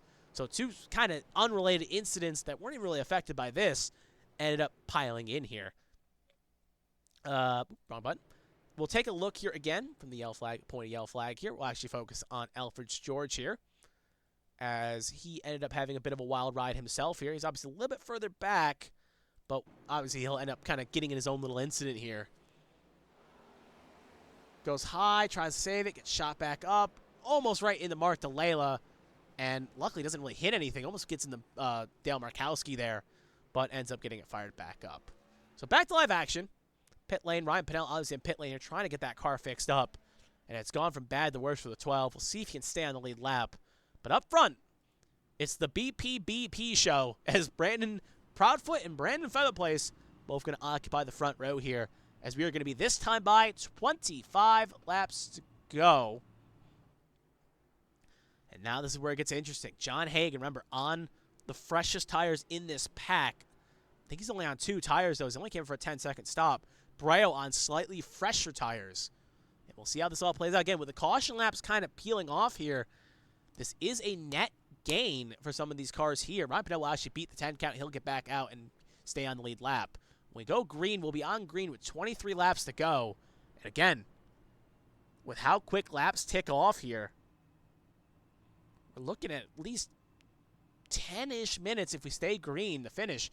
And the question is, obviously, with these caution laps, it's playing out nicely for Proudfoot and Featherplace. See how it all plays out. Good insight there by Josh Gaiman in the chat. They're saying that the track is a bit of an ice rink. Obviously, do not go anywhere at the race finish. We'll hear the thoughts of the top 3 and their opinions on this surface here. But it looks like a lot of drivers are struggling, whether it be the setup, whether it be the conditions, whether it be just the track itself. We'll have to see out, but right now, it's been a very spinny day for a lot of the cars in this field. Well, let's take a quick opportunity to also take a look at, again, update the bracket challenge one more time. Obviously, the color codings really help, but we'll finish it out. Right now, as I stand, Featherplace leads his rival, Daniel Michelle. It's currently in second. Michelle, though, in 10th. Right now, married a little bit further back. But Michelle, remember, it was a car that qualified on pole, so we could easily bring a challenge here. Meanwhile, Seth Wanzing currently sitting in 6th. Ryan Pinnell is currently the last car on the lead lap, currently sitting in 26th. So as it stands right now, the final 2 going into New Hampshire will be the final 4 last season. 2 of the drivers in the final 4 last season between Seth Wanzing and Brandon Featherplace. The regular season champion going against the 2-time series champion. But again, things can change within 20 laps. If one of these cars ends up getting in a big accident, it could open the door for another car to have a competitive edge here. But right now, Proudfoot will be leading the way with 3rd place in row 1, Hagan and Withers in row 2, Braille Wanzing row 3, Oberstadt Wright row 4, and Sharp Millet will be your first 5 rows here. Obviously, that outside line's a little bit lacking. Once they get stocked up, you'll see it play out. Obviously, some drivers that we haven't said much about here today. Withers currently sitting in 4th. Oberstadt currently in 7th. Wright, who had a bit of a rough day, currently in 8th.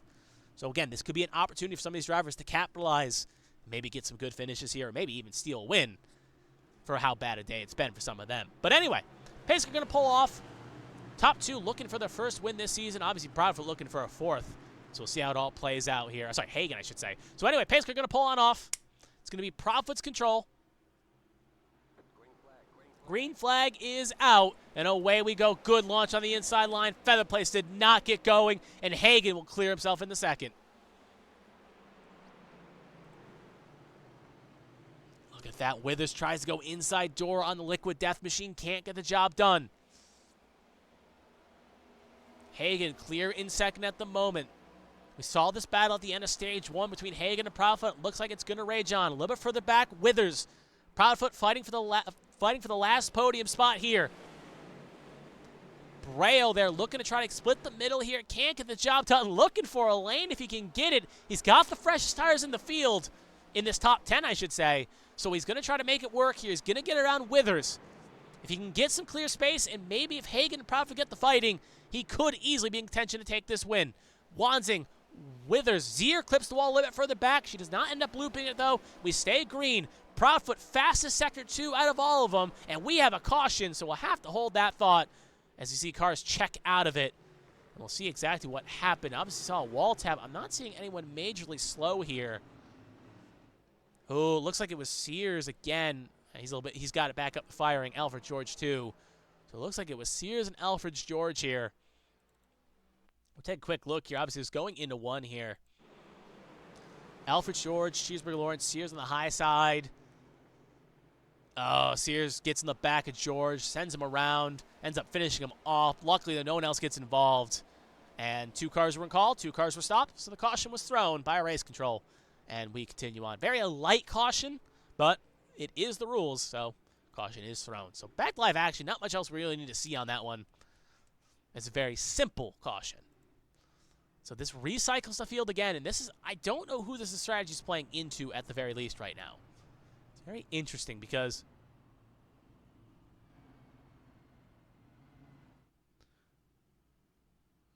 we'll see how this all plays out at the moment here. Sorry, I was reading one of the comments there. I was looking on my side monitor. But this is how, again, was trying to finish my point there. Obviously, these caution laps are helping Proudfoot. They're helping the drivers that staying out because it'll help them hit that fuel number they need to hit and not come in a second time. However, it's also kind of helping a little bit Hagan, Braille, and the others as it's allowing the drivers that came in later a chance to maybe get cycled back up and caught up. But obviously, you can use those fresh tires, but if you're Braille, for instance, you need laps to catch up. Osmog will get his lap back here, by the way, on the high side. He'll now be on the lead lap, giving us 27 cars on the lead lap. We'll go over that in a second. But this is where it gets kind of interesting because Hagan and Braille need time to kind of use those fresh tires to capitalize. Obviously, they're getting more worn now as laps tick on. Obviously, lap 80 was well over 100 laps ago. So it's been a long time, but in comparison to, let's say, Brandon Proudfoot, whose tires are well over, they think he pitted at the stage break for fresh tires, so they are well at this moment 40 laps old. By the time this race finishes, they'll be 60 laps old, and they'll be at a deficit of about 30 in comparison to Hagan and Braille. So it's very interesting to see how this all plays out. They can hang on and make this strategy really work out.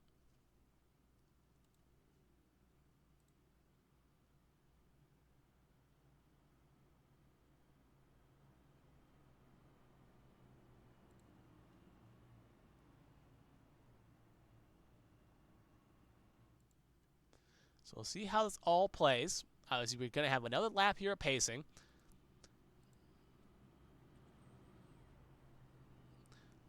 So this is going to be a very, very, very interesting race here at the very least. Gateway's been a bit of a tricky track as our moderator in the sky there is watching on here. Brings up a good point that Gateway's been a very tricky track for these next-gen cars here, as a lot of drivers have kind of struggled on it. So it's just kind of a weird setup. Maybe the fixed setup is playing a bit of a bad factor here. So it's obviously playing a bit of a factor, and obviously a lot of drivers just want to take their lumps and go home here. And we'll see again if this maybe plays a bit of a factor in New Hampshire next week. But right now at the moment, this track has been definitely, even though obviously Dover is the track too tough to tame, it's been very tough for these drivers here.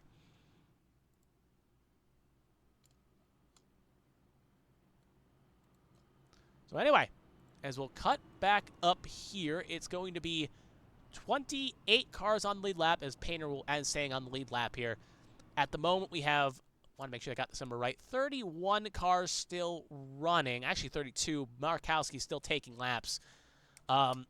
With Painter, Feemster battles Oberstadt, Markowski a lap down. Painter's only 1 down, and Feemster's 2 down. So if we get another caution, Painter can get back on the lead lap.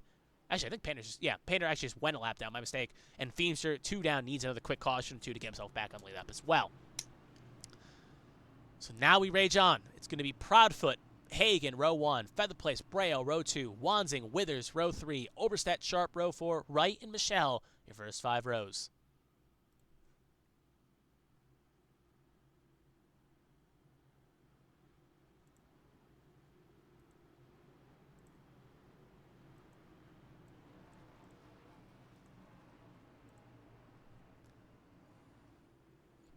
So as the pace car is going to rage on here, it's going to pull on off. Can Proudfoot make the alt strategy work here and hang on? Can Hagen and Braille on the fresh tires make something happen? Or more chaos conclude and maybe put another monkey wrench in this strategy booklet? Only one way to find out, and that's by completing the last couple laps here.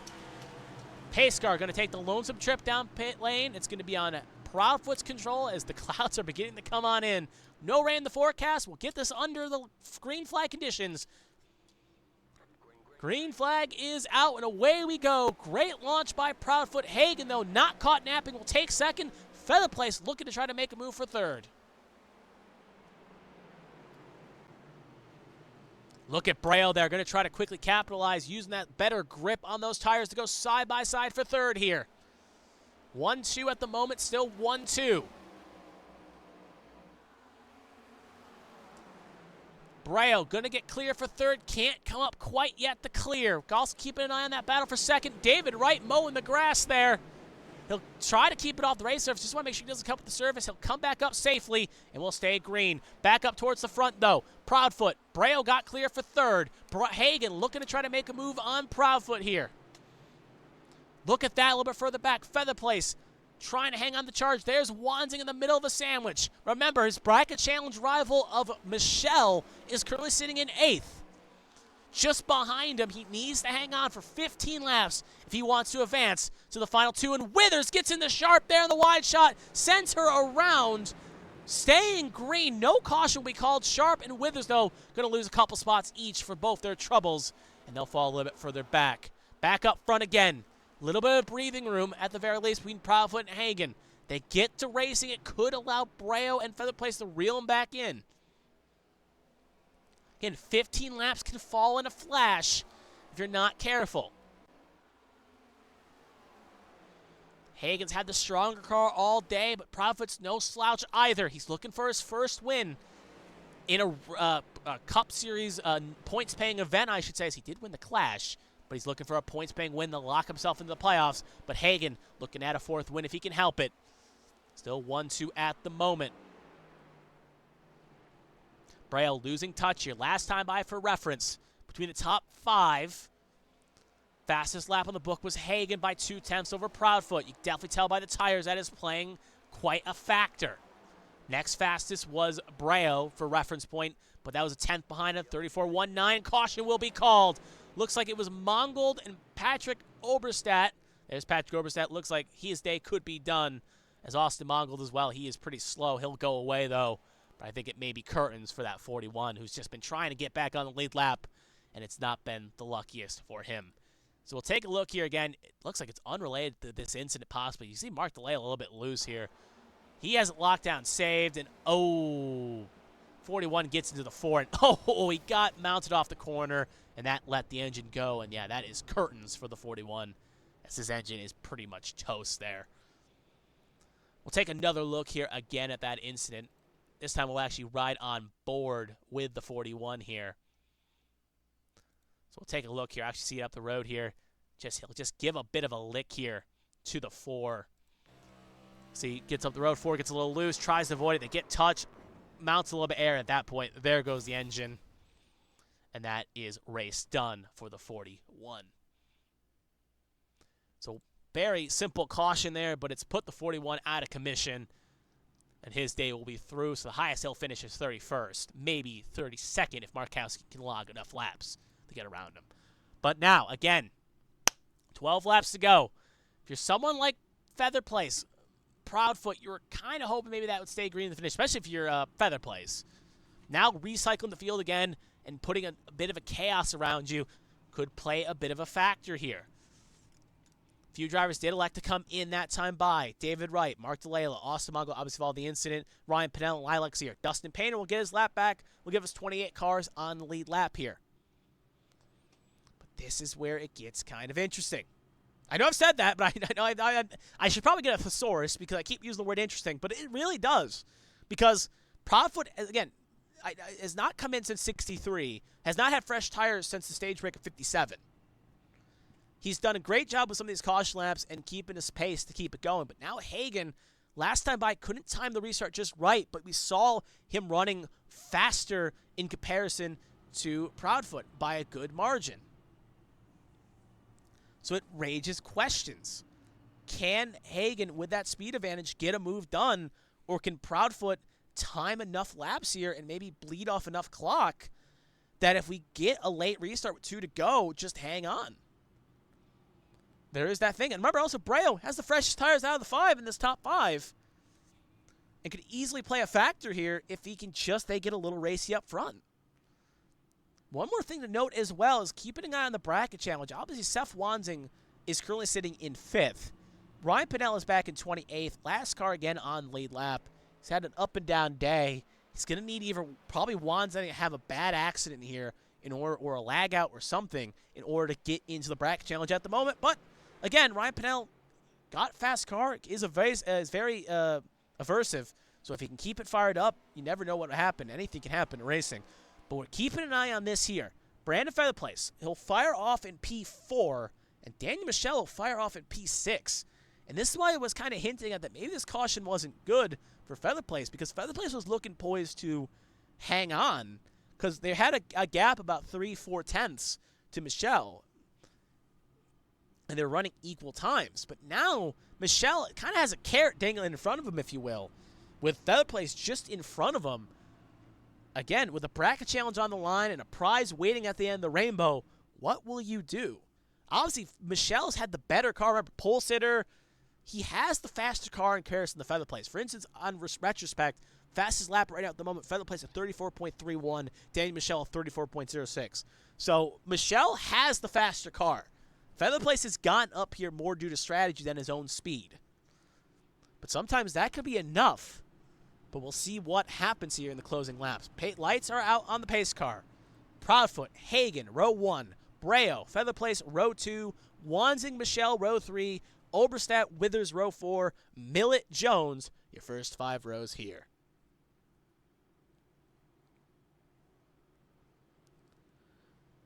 The question is, can Hagan capitalize around Proudfoot, or Proudfoot make the alternate strategy? The old tires work.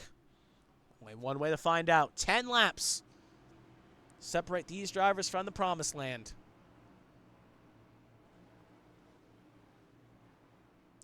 Roughly about, speaking of, 10 miles. My math is correct. Nope, I think math's a little bit long. I think it's a little bit longer than that. But still, long way to play out here. Again, if we get 10 laps green, see how it all plays. Control is going to be on Proudfoot.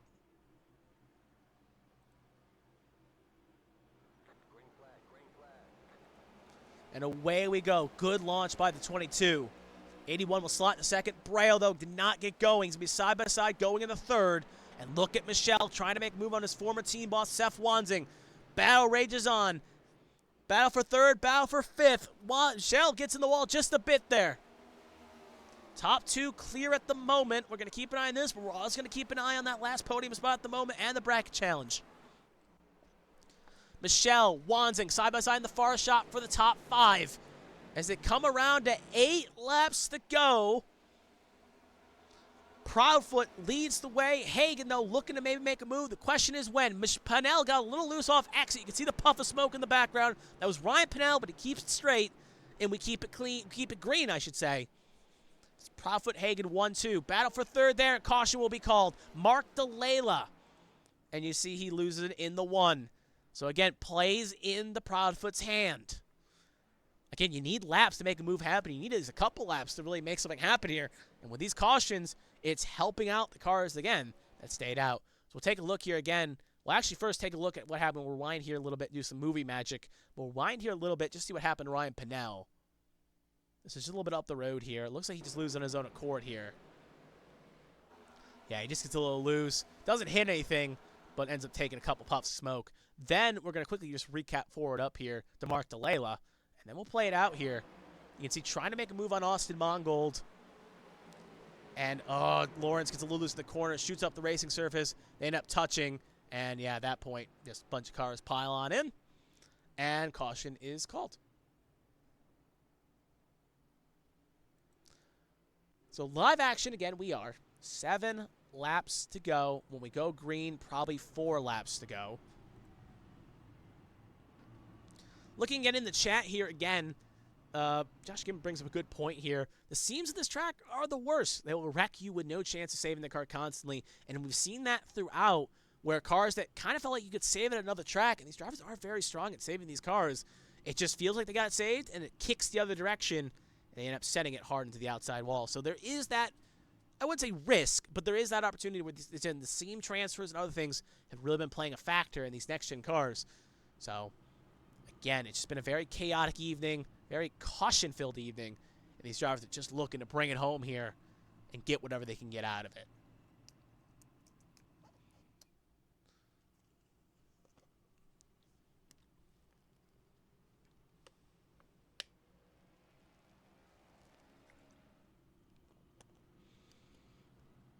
So Dale Markowski will get one of his laps back. See him go around there. He's now going to be 9 down. But this is where it gets kind of interesting because he was the only one not involved. It's Dustin Payne or Kevin Feemster, Josh Battles, all involved in that incident. So Markowski ends up kind of reaping the benefits of an incident. And will now be 9 down. But obviously, being the actually still says he's 10 down. So I guess maybe he was 11 to 10. But it's still a bit of a situation here where he's going to need a lot more cautions, at the very least, to make it work out. Anyway, worth noting as well is obviously this is a new rule for A Squared competition this year. Unlimited attempts at green, white checkers. So if we do not see, obviously, again, for those new here, not knowing NASCAR's official rules, obviously A Squared's official rules, if we get within 3 laps to go, so obviously within 3 to go, have at 5 right now, we'll take the green flag at 3 to go with the lights out on the pace car. If we get a caution before the leader takes the white flag, we'll go in the NASCAR overtime or the green, white checkered attempts, basically. Even though A Squared overtime, technically, if we want to go by technicalities, is no longer technically. It's NASCAR series, technicalities and technicalities. Anyway, the point is that if we trigger green, white checkered, this is not happening right now. If we get another caution before the leader takes the white flag, we'll be in a green, white checkered attempt. If the leader doesn't see the white flag in those green, white checkered attempts, we'll re-rack it and do it again until eventually the leader takes the white flag. Unlike in previous years where it was a max of 3 attempts, here, there's unlimited attempts. The problem is, and this is where the issue happens, again, it takes at least a lap for these cars to kind of get fired back up. So, if you're Hagen, if you're Breo, you need a lap. Again, with the fresh tires, you need a lap. You need this to go green to the end to even have a chance to make something happen, unless you want to go aggressive to make a move happen. Right now, I feel like Proudfoot's in the catbird seat because if laps tick off, it takes a lap before you can really do something, especially on a restart. And then you'll have 1 lap, 4 corners to try to make something happen. That usually doesn't end up working out quite nicely in those strategies. But again, we'll have to see how it plays out. We'll take a quick look at the starting running order here. As Proudfoot Hagen will be in row number 1. Braille Featherplace, row 2. Michelle Wanzing, row 3. Jones Withers, row 4. Oberstadt Millet, your top 5 rows here. Jones, good recovery drive here to get himself back up to 7th, filling in for Jonathan Adams, doing B-Tron proud here. B-Tron right now in 3 of the 4 cars on the outside line. True, this isn't Talladega where it doesn't really matter to have teammates around you, but still showing good, strong running ability for B-Tron that looking to try to take back the Constructors' lead from line power. But anyway, can Proudfoot for Tombstone make this work? Can B-Tron's Hagen get a 4th win this season? Can Proudfoot get his first points-paying victory?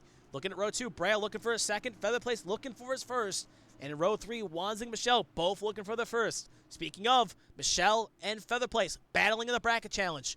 Whoever finishes the higher advances, so we'll have to keep an eye on that too. Pace car, lonesome trip down pit lane. Will it be the final time he's going in tonight?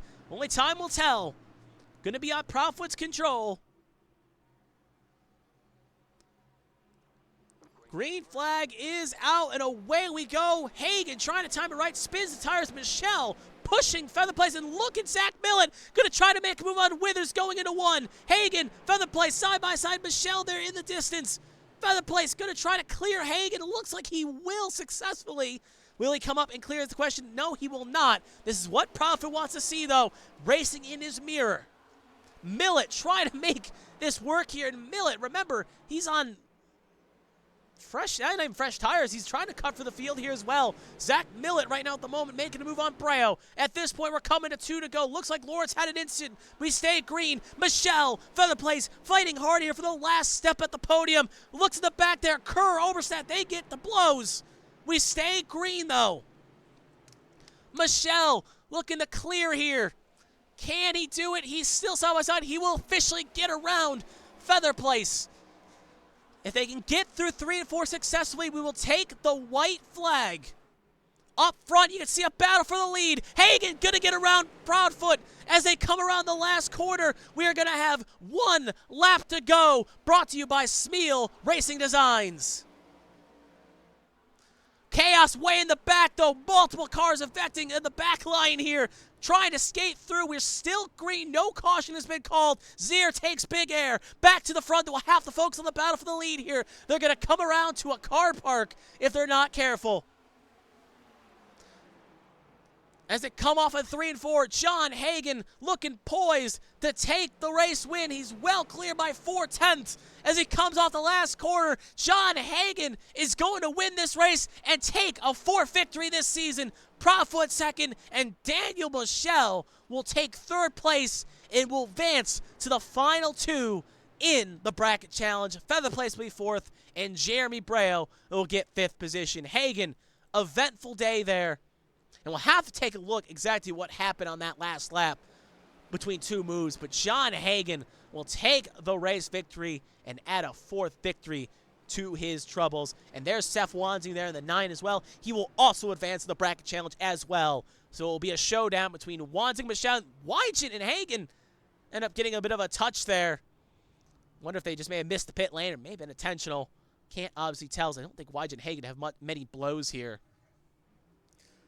But Hagen going to sneak around. Obviously, unofficial results. Obviously, with it being a very eventful day, things in the results can change. But we know one thing. Highly unlikely Hagen hasn't really been involved in anything. So I seem unlikely that Hagen will end up being called back for anything. But John Hagen, your race winner here tonight.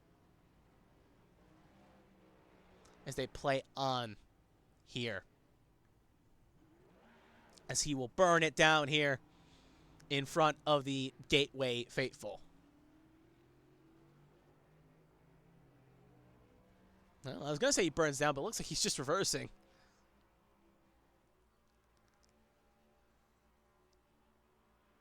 Trying to see what exactly he's doing here. Oh, is he going to try to... Oh, maybe he's going to try to do a backwards lap here.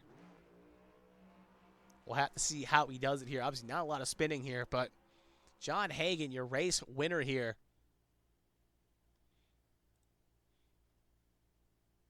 As you can see him just kind of just driving around back here. Yeah, I think he's just trying to do a reverse lap here. He's going to try to burn around on the backstretch here. Only time will tell on that point.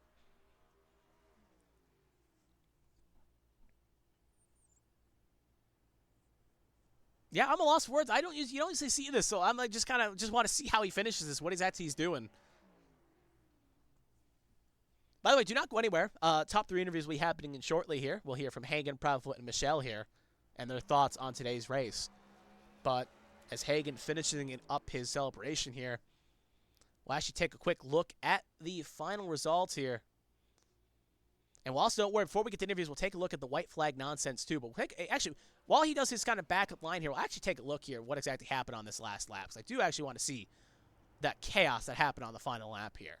So I'm going to have to rewind back here just a bit. So leader takes the white flag. We'll start here with John Hagen. So we're looking at a replay here of what exactly happened. So I want to see that lap move for the race lead here. You can see, did he put a bumper to him? So we kind of missed it while we were focused on that battle for third. I thought Proudfoot was a little bit too far back to make a move. But we're going to watch this happen here. Hagen jumps low. Oh, Proudfoot tried to cover it off. Got a little loose on the seam transfer. And that allowed Hagen to sneak on through and make a move. And that sent him away to victory as Proudfoot's old tires ended up crashing out. We're going to cut a little bit further back here. We're going to have to find one of these cars in perspective here. As the white flag lap happens here, obviously chaos happens around. If I can find the 18, she looks like she was the cause, not the cause of it, but she was involved in this. So we're going to play it at full speed here. Oh, her and Roberts. Roberts shoots up way side. And actually, we're going to wind here just a second as it looks like it's going to be more around Roberts. As you can see, it killed the engine of Bren Roberts. They get together, sends Roberts up the race surface right in the Ross Baxter. At this point, Catani nowhere to go. Sears splits the middle successfully. At this point, Gomes, Baxter, Ryan Pinnell, Alfred George piles on in.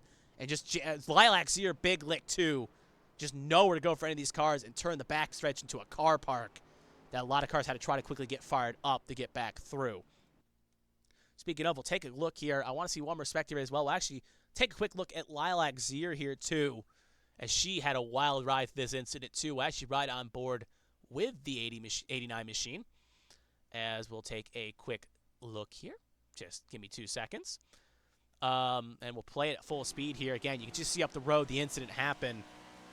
And at that point, she's trying to avoid it. There's Baxter on the brakes, trying to split the difference. Sears great of Baxter actually to get through. And at this point, yeah, Gomes gets hooked around and, yeah, then gets piled in the back there. And that's what caused that backstretch incident, kind of similar to happening throughout today. Just cars get loose off exit, they get collision, and at this point, it became a checkup effect that took a lot of cars for a ride. So back to live action, there's John Hagen. He's race winner, not at Charlotte. He's won back-to-back races, though. We'll update that in a second here. But before we get to the interviews, we'll take a quick look at the final results here, just in case HTK decides to crash. We'll do this right now to show the results. So Brandon Proudfoot gets second place. John Hagen gets the race win. Michelle gets third and will round out the podium. Danny Michelle will advance in the bracket challenge. Moving a little bit further down, we got Brandon Featherplace. It'd be also help if I took this off the screen. We'll just start again. Hagen, Proudfoot, Michelle, your top 3. Featherplace gets 4th. Brao gets 5th. Zach Millett, you saw him hollering, even though his drives for not hollering racing, Bandit, driving like a bandit, gets 6th. Withers gets 7th. Pacey Wygant, good recovery drive to get 8th. Byron Jones does good in filling for Jonathan Adams, gets 9th. Seth Wanzing rounds out the top 10. He will be the other driver to advance the bracket challenge. Moving down, we have Tom Sears, who avoided the chaos and will get 11th. Sharp gets 12th. LaJoy gets 13th. Alfred George gets 14th. David Wright rounds out the top 15. Kerr 16th. Ryan Pinnell 17th. Dustin Painter 18th. Ryan Gomes 19th. Mark Leia 20th, as we're getting into the cars that were involved in that last lap melee. Going down the field here, Cheeseburger Lawrence 21st, Sear 22nd, David Hawk 23rd, Catania 24th, Mongol 25th, Baxter 26th. Bren Roberts went from a top 10 to 27th. His engine got cooked there. He'll finish the first car 1 down along with Stefan Oberstadt. Kevin Feemster finishes 2 down. He'll get 29th. Battles 30th, and then we're getting Dale Markowski last car to finish the race under his own power in 31st. Patrick Oberstadt 32nd. Josh Gaiman 33rd, Kenneth Cheney 34th, and Emma Kruger obviously did not take part in tonight's festivities. So now we have some interviews to go through. So we're going to get those drivers in here right now and hear their thoughts about today's adventures in the competition. So we'll pull one of them in right now. Sorry, just flipping some names here, so give me 2 seconds. We'll see who's ready to go. I think we're going to go Danny Michelle if he's ready to go here. Pulling up to the board, and it looks like we have 3 drivers in. So we'll hear from Dave Michelle first. We'll hear from third place and work way up from 3 to 1. Ooh, I'll put my muted. Dave Michelle, this is Kevin in the ABM booth. You got a copy? I do. All right, good to hear from you. It's been a very up and down day from you, but obviously you started on pole position. So obviously we'll start at the very beginning, but I guess we'll start off. How was the track out there? A lot of drivers were complaining about the track conditions and how it felt. So how was the track out there in your opinion? Track was pretty tough. It was definitely one lane for a while. A lot of people weren't willing to explore different parts of the track, and when you did, it was either on cold tires because of the cautions, or you just get sent, unfortunately. 3 and 4 was a lot simpler. 1 and 2 was really tough for a lot of guys, and that's why you saw me later on spin out there. I got onto the seam and whipped my car around. Mm-hmm. And yeah, we saw you go from high to low, high to low, high to low. I'll move on my next question here. Tires.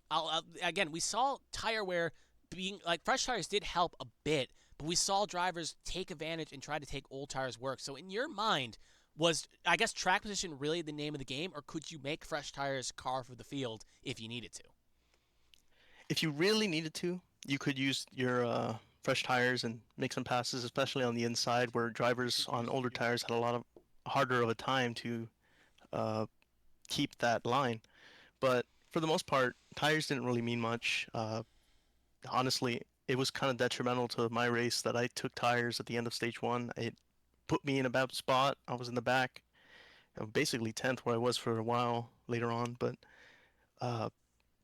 once you're in that pack, it was just really rough because all the cars had different braking points. Everyone had a different line since there was no set line, and yeah, I won't call it bumper cars, but it was definitely hard to not hit someone's bumper. Yeah, we saw it countless times where drivers were trying to hang in the corner and they give them a little tap and send them wide, and ended up sometimes taking the whole field for a ride. Obviously, again, you were trying to, again, high, low, high, low. But we saw as the race went on, you carve your way for the field. Kind of take us through those last, after stage 2, those last 20, 25 laps. We saw you go from 14th to 10th, to 8th, to 6th. You carved away through the field. So how did you keep your head down and keep yourself moving there? So you just kept going up and up and up. Well, the one thing I'm trying to change about my mentality is I can be fast for one lap, right? But I want to be fast at the end. I don't want to be, telling myself, oh man, I should have done something different at the end. I should have gotten positions at the end. If I know I can do something, I'll do it.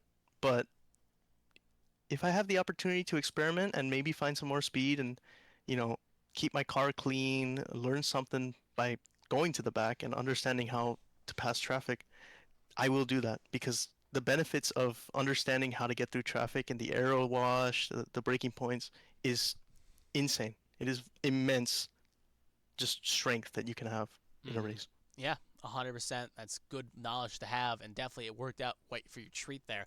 Obviously, again, I was talking about the last 20 laps. I want to actually take that last battle there. As with the last restart, you knew you were in the bracket challenge. You knew your main rival, Brandon Featherplace, was just up the road. He was on old tires. You were on fresh tires.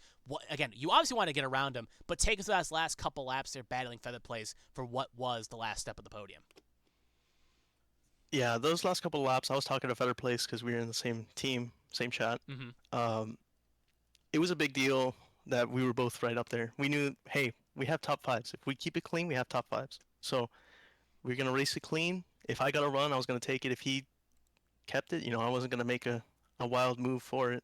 But luckily for me, he had some issues, got stuck on the bottom. I was able to go high, but then I didn't get the momentum, so I went low. He got tight, and I managed to just barely clear him as he had to save the car. So it was a lot of fun racing with him, and I told him that I've always enjoyed racing with him since last season. So Yeah. it's great. You love to see it. You love to see good camaraderie there, and both of you brought him top 5, so Lion Power will help you both in the constructors. But obviously, last question here, since it is obviously, since you did advance the bracket challenge, you're taking on your former team boss last season, presumably as long as the results hold, Seth Wanzing. So take us through your mind of who Seth Wanzing is, what your thoughts on him going into next week, and your thoughts on New Hampshire as a track, and you think a track you can be competitive at. Well, I know I can be competitive at New Hampshire. I won there last season.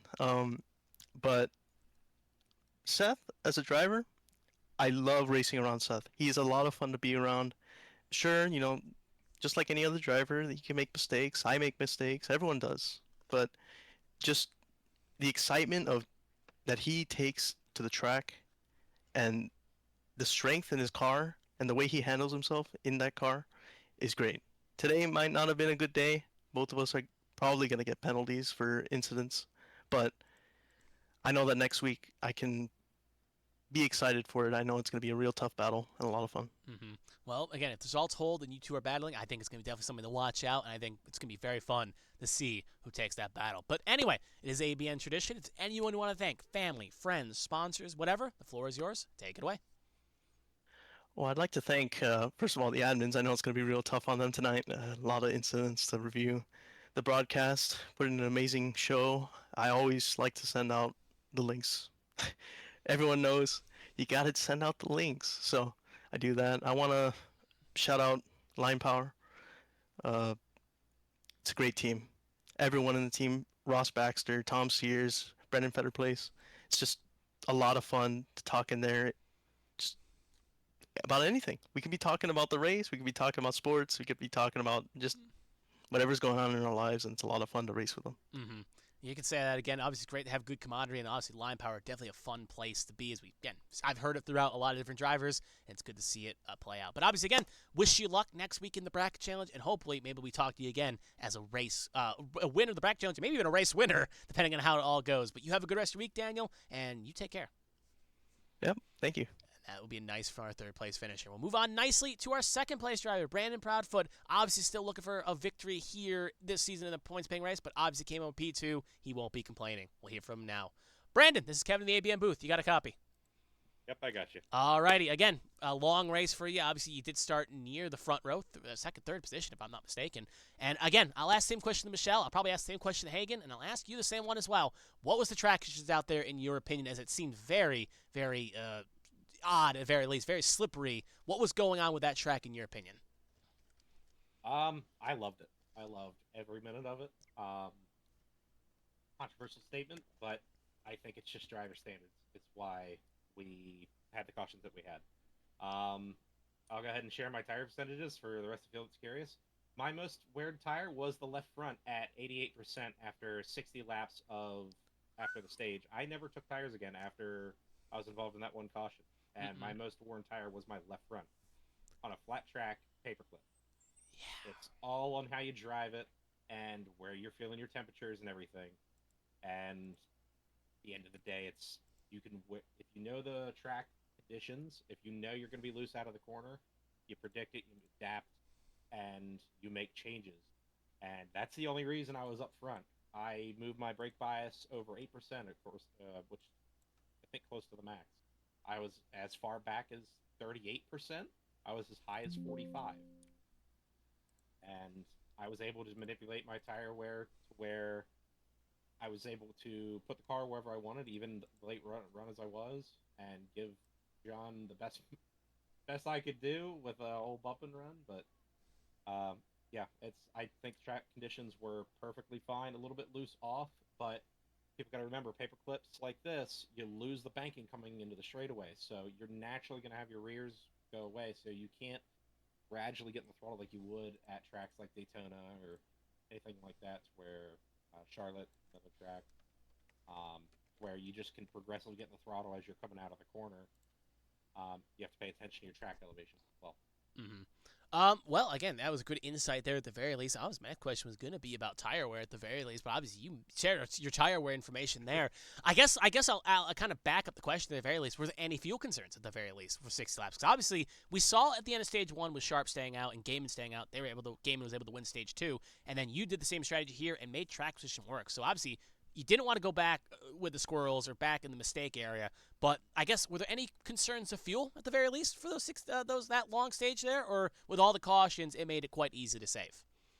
100% a concern. It was usually at most tracks once we have wreckfests in the stages because they're short runs, everybody's a little antsy, and then once the second stage happens, you could have a breakthrough at any moment. We've had a few tracks like that throughout the season to where it's been wreckfests. The stage gets over, and then everybody wakes up. Tonight, I gambled on that, and it wasn't the case. I had the continued cautions, and that allowed me to get my fuel number to where I could make it to the end. I only had about 10 to 12 laps to the good even with the caution fest that we had going to the checkered flag there at the end. So fuel is definitely a concern, but just pay attention to the variables and a little bit of luck goes a long way. Well, again, I guess obviously it's a good time to bring up is about the end. Speaking of the last couple laps there, we saw you obviously were hanging on, you're making it work, and obviously I assume obviously with those cautions, I would say they were helping you more than hurting you, just because it allowed you to kind of hang on and get in a run. But take us to those last couple laps in your perspective with John Hagen. Obviously, he was kind of running just a tad faster. He was getting runs, but take us to those last 10, 15 laps with John Hagen, the battle you two had. It's like we do any other week. John, he's a great driver, and he'll pay attention to what lines you run and try to go elsewhere if he has the tire wear to do so. If he doesn't, and he knows you're worse for wear, he'll sit and wait. He'll be patient.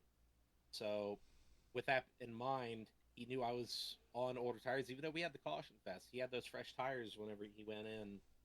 I think it was like around lap 95, 90, something like that. He went in for tires with the rest of the field, and I stayed out. So coming up to that, he knew that. So even with the caution fest, he knew he just had to get to me. And on that last lap, we actually went back and looked at it on his end. There was no X's at all on my end. I had two. Just a classic bump and run at the end, and we were both really squirrely on the last few laps there at the end, and it was just it was a good battle, and ultimately, even though it was a little squirrely, as iRacing always makes it with netcode, ultimately at the end of the day, it was a proper bump and run how it should be done, and I cannot be angry about that. It is pure heart racing and a good move by Hagen. Hey, at least you're happy about how it finished. Obviously, no hard feelings at the very least, and you definitely feel obviously you didn't get cheated or anything, so that's always good to hear at that very least. Obviously, New Hampshire's next week. You're still looking for your first regular points-paying finish win this season. Obviously, you won the Clash. So how do you feel about New Hampshire? Do you think it's finally a track we'll see you get in victory lane and give yourself a punch-in for the playoffs? Uh, Honestly, I'm not looking for a win at all. I take every week the same. I go in, and if I can practice, I'll try to figure out some lines. Tonight, I was working on the real life car, getting it running. So I didn't get very much practice tonight, and I just took the variables I had at hand, learned what I could, and as I chased leaders early on, learned every lap, and that's what led me up to tonight. So New Hampshire will probably be the same way. Um, uh, just looking for consistent finishes. I know I'm in a very good points position right now. I believe I'm still the points leader. You are. I can confirm that for you. Obviously, it can change. Obviously, but obviously Yeah. P2, that's probably highly unlikely that will change. So yeah, you're still leading the way out of the drivers that have not got a win yet, 90 to the good on the cut line. Yeah. So biggest thing for me is just avoid catastrophes. Try to make sure I show up every week, and then uh, ultimately, because I'm in a good position, communicate to my teammates. Let them know what lines I'm running if I am ahead of them. If I'm not, I know there's several wrecks when I got sent to the back and I was kind of a little bit ahead of them. Uh, just communication, being able to call back and forth, where the spins are, stuff like that. Um, yeah, at the end of the day, I'm P2 in the points, but I've got three other teammates I can worry about. So if I can give them any little bit of information, even any other drivers, how I communicated my tire wear today, uh, we had 8 or 9 cautions. At the end of the day, it doesn't matter what information I share. Yes, we are on fixed setups, but it's execution, consistency, and discipline ultimately is what will get you there. And there are several drivers in this league that I can say that have 2 of those 3, and if they have that third one, they would be dangerous. I can say John Hagen used to be one of them. He used to be very, very aggressive, still is, but he's a little bit more disciplined with that now, as he's been in the league duration that I have, pretty much. So there are several other drivers like that, so if they get that third ting, you'll see a lot more drivers, a lot more of those names that some of you might be thinking of climb up those point charts in the following season. Well, obviously, it's always fun to pick your brand at the very least and hear your thoughts, because you definitely provide a very good insight about the league and everything about it. Obviously, it is ABN tradition. If anyone want to thank family, friends, sponsors, whatever, the floor is yours. Take it away. Of course, first things first, Mill Racing Designs for having the Twisted Metal car.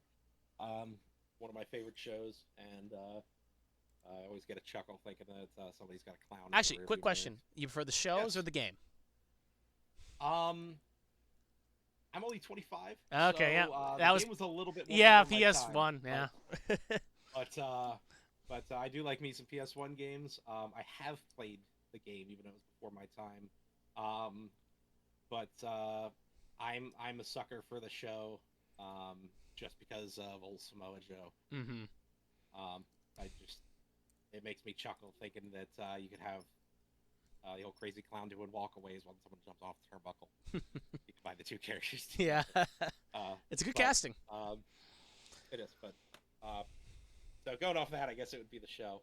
Go on the rest of the way though. Everybody at Tombstone, like I said, communication. All of us have been in the league.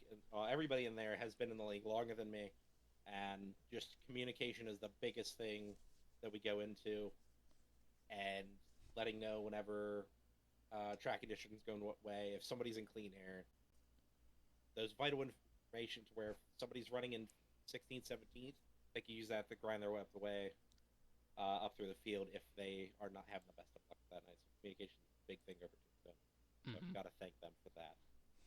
Everybody over on the admin side for probably taking the next 3 hours to do replay review.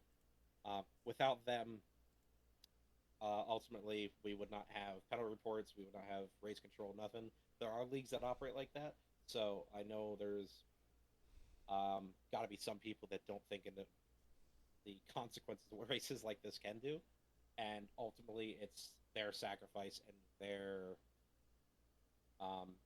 influence and dedication to the league that makes it where we can even have those reports in the first place. So thank you for them. Mm-hmm. You guys at ABN for sticking around for it, because you got to watch it too. I mean, I make it enjoyable every week in and week out. It's fun. It's a fun little league to watch on Sunday evenings. Hey, you gotta make fun. And then, far as real life goes, I know he's not gonna watch, but I'm gonna give a shout out to Charles Feathers out of Martinsburg, PA. Me and him over the past 5 days have been going to work, getting done, and then immediately working on my car for my real life season. So got the motor ready. Got the cam break in done actually today. I posted the A Squared General chat for those that are listening.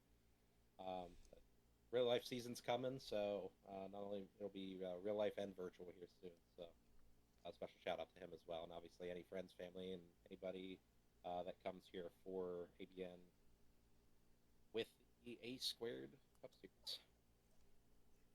Alrighty, that again. Wish you well. Obviously, good to hear that actually real life racing. That's actually quite cool to hear.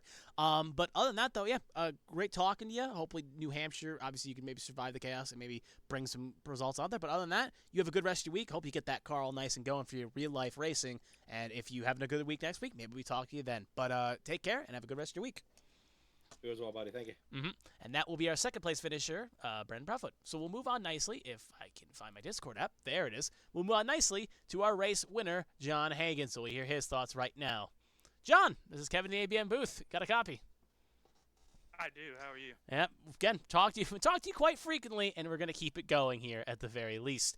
So yeah, we'll start off here, obviously, with the race start at the very least. So, yeah, you obviously qualified somewhat well. Obviously qualified in front row at the very least. So again, I asked Proudfoot, I asked Michelle. I'm gonna ask you the same question. How was the track conditions out there? What was your opinion on the track?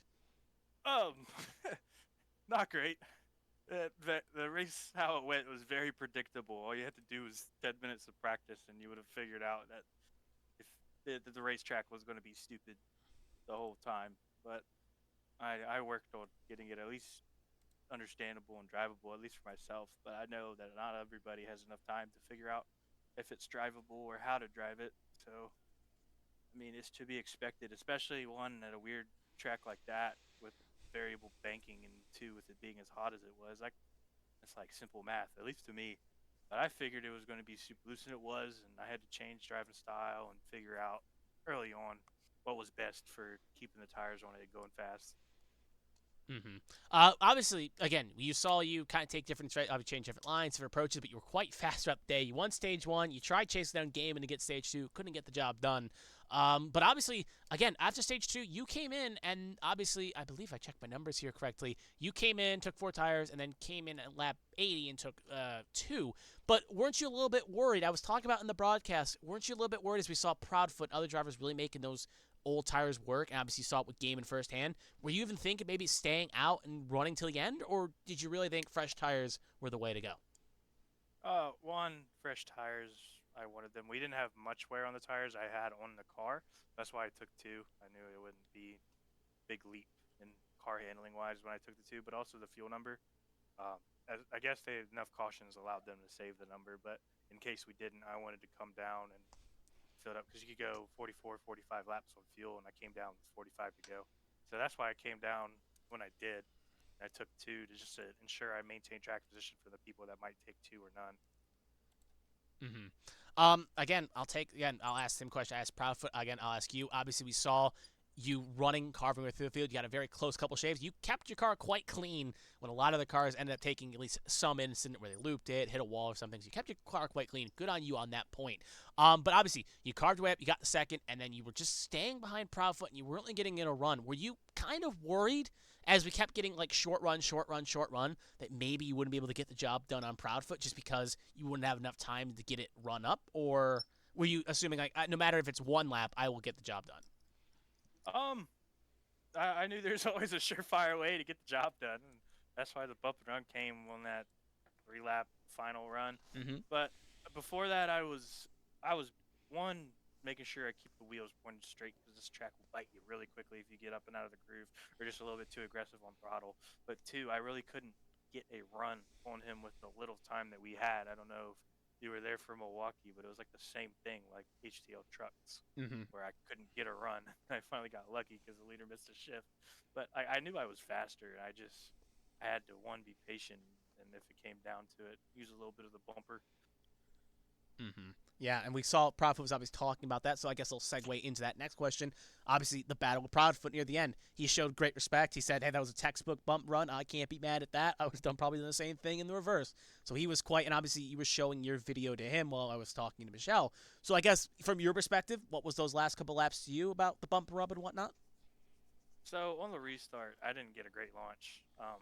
I really didn't time it well at all. And then I guess I got angry or something. Like the next gear kicked in, and I ran him back down in like half a lap. And when I got there, I'm like, I cannot waste any time. I got to get it done now if the caution comes out. So I got in there deep into 3, and on my replay, it was a little bit of net code that got him sideways the first time because I wasn't trying to hit him on entry. I was trying to actually move him up in the middle so I could drive in underneath him, and then if I needed to, I could run up the track a little bit, move him out the way into 1. But he got sideways. And then he started coming back up the track. No matter what I did, I would have gotten into his bumper anyways because of how sideways and how much slower he was going. So then I just moved him more out the way and finished the job. So I guess I sort of played it, but not the way it went, but it still worked. Well, it worked out quite, Liz. You got the win. I guess I'll ask another kind of simple question at the very least. Obviously, was there any animosity with the field? Because we saw you and Wige ended up getting a little bit hooked. I don't know if it was just him missing his pit lane or whatnot. Was there any bad blood between you or anyone else in the field? And I guess second question, obviously, what was that celebration? Because we saw you were you just doing a lap backwards just to celebrate? Because it was very odd, because usually you burn it down, but then you just started reversing throughout the whole lap there. No, Pacey couldn't get into pit road, and he didn't realize I was still there when he went to go get into pit road. No harm, no foul for that. He truly didn't mean to do it. Yeah, I was like, whatever. Burnouts are boring. I'm gonna do something different. And I just put it in reverse and did a lap backwards. I assume that's what you were doing, but I was just watching. I'm like, is he gonna do the whole lap backwards here? Obviously, some tracks you can't do that at, but yeah, it was a unique celebration. I was like, this is very, very unique to say the least. Obviously, again, next week, New Hampshire. Obviously, you won 4 races. You've technically won the most races. Obviously, no threat of you not making the playoffs. There's no concern of that. So, again, how do you feel about New Hampshire? Is it a track you think you can make a 5th win and put a more of a staple on your dominant season so far? New Hampshire is in the same boat as Gateway was earlier this week.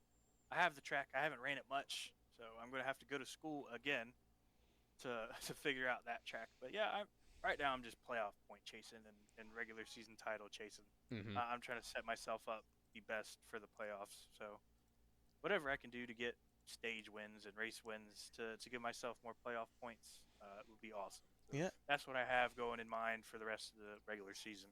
Yeah, because we just hit the halfway point in the season, so obviously getting as many points as you can definitely help you out down the road here. Definitely, if it gets competitively late, you never know when a few extra playoff points can help you out of a tight spot, especially with the playoffs being 2 rounds instead of 3. It could definitely help you out in a tight spot if you need it. But obviously, since you've been here countless times, you obviously know the rules. Is there anyone you want to thank, family, friends, sponsors, whatever? The floor is yours. Take it away. Shout out my beautiful girlfriend. It was her birthday yesterday. We had a wonderful time, and it was awesome. Happy 22nd birthday to her. Also, thank you to her for watching all the streams and letting me do this. Shout out Beatron, Breo, Mongold, this week Byron, but and John Adams whenever he runs. And shout out CBR for working with us through the week. And shout out John Smeal, who painted up the scheme that I ran tonight. And also Jacob Shangle. Those are 2 fantastic painters. Shangle is a great painter too. I run his paints most of the time. But shout out them, and shout out you and everybody at ABN who works hard to put on these wonderful broadcasts. Well, thank you for those fine, nice words there, John, as I do try to put this going in the right direction. Obviously, I normally don't do this, but I'll ask one more question here just quickly to throw a point. Obviously, tomorrow, HDL, going to be Monday. If who's here left that they didn't know, tomorrow, HDL, ABN 1, HDL Daytona 500. You're racing it tomorrow. You've been doing great so far in the races. You've won both the heat and the charity race report. So, optimisms on tomorrow real fast, like a 30-second thought on tomorrow's race? Oh, I'm excited for it. Starting polling that. By the way, that was my first time ever building a setup, so I have no clue how I put that on pole. But you know what? It worked. We got pole. And yeah, the goal is to keep it up front and try to get my teammates to stay up front so we can control it. And I love plate racing. I've always thought it was one of my strengths. So I hope to be there when the money gets handed out. Yep. All right. So that sums up HTL. So if you like plate racing, you like the Daytona 500, you like John Hagan, tune in tomorrow for the HTL 500 on ABN 1. I'll be on the call along with Joe, and we'll provide you a great reaction. But other than that, though, John, it's been fun talking to you. I got a hunch I'll talk to you again, whether it be tomorrow, next week, or sometime in the season. I'll be talking to you at least one more time. So you have a good rest of your week, and you take care. Thank you, Kevin. And that was our race winner, John Hagan. So we'll take one more quick look at the final results here, and we will then goody on out of here as it's been a very, very, very long day here. So we'll take one more look as I can never find my SDK. There it is. We'll take one more quick run over the results, and then we'll do one more quick thing, and we'll be done. So here's the results one more time for those curious if they're still here. Let me turn some things off here. There we go. Hagan takes the win. Proudfoot gets second position here. Just one more thing. Hold on. There's a lot of tabs here. There we go. Anyway, Hagan takes the win. Proudfoot second. Michelle third. For the place fourth. Breo, your top 5. Millet, Withers, Wygett, Jones, Wanzing, your top 10. Sears, Sharp, LaJoy, George, Wright, Kerr, Pinnell, Painter, Gomes, Delela, your top 20. Moving a little bit further down the field. That's the wrong button. It'd be helpful if I hit the right things. We'll just finish up the screen there. Lawrence, Zier, Hawk, Catania, Mongold, your top 25. Baxter, Roberts, Oberstadt, Feemster, Battles, top 30. Markowski, Patrick Oberstadt, Gaiman, Cheney, Kruger. Your top 35 is Kruger. Obviously didn't take the flag. So that's your final results here. And we'll take one more quick look here. Obviously, I've been talking about the bracket challenge, hyping up the bracket challenge, and we finally hit the finale of the bracket challenge. We'll take a quick look at what the unofficial results are. Obviously, this can change if penalties take a hold. Something could change. But right now, unofficially, it is Seth Wanzing against Daniel Michelle. Last season, they were teammates. Team boss, team driver, now on different operations. Wanzing's still a team owner for Tombstone. Daniel Michelle is with the current leader in the Constructors with Lion Power. Only one driver will take home the championship of the bracket challenge and maybe get themselves some good momentum when the playoffs roll around and give themselves not a cash prize, but a prize in general. So we'll see how it all plays out. The 13th seed, Seth Wanzing, who's had to go through the ringer, has had to survive a bad week at least once or twice and has finally gotten through. And Daniel Michelle's had past 2 weeks, has had to come back from in the back to get back in. One of these drivers will be your bracket challenge champion, and we'll find that out next week. Obviously, as well, if you are still here, thank you for staying along this long here. Glad that you've joined the interviews here. As well as on ABN tomorrow, HDL Cup Series. It's the start of the season. It's Daytona 500. One driver will punch their ticket and start their season off with a glorious bang. And you'll have to find out. Some of these drivers here, obviously racing tonight, will be there tomorrow, so make sure you support your drivers there. Obviously, if you're here for the A squared action, join us here on Sunday. It is New Hampshire is going to be the final race before we take a week off break, and the drivers can get re-geared. So we'll see how this bracket challenge concludes, among other things, next Sunday, 7 p.m. Eastern. But till then, I am Kevin Young. Thank you for joining us here, and I hope you all have a good rest of your evening, and take care of yourselves and take care of everything that you love.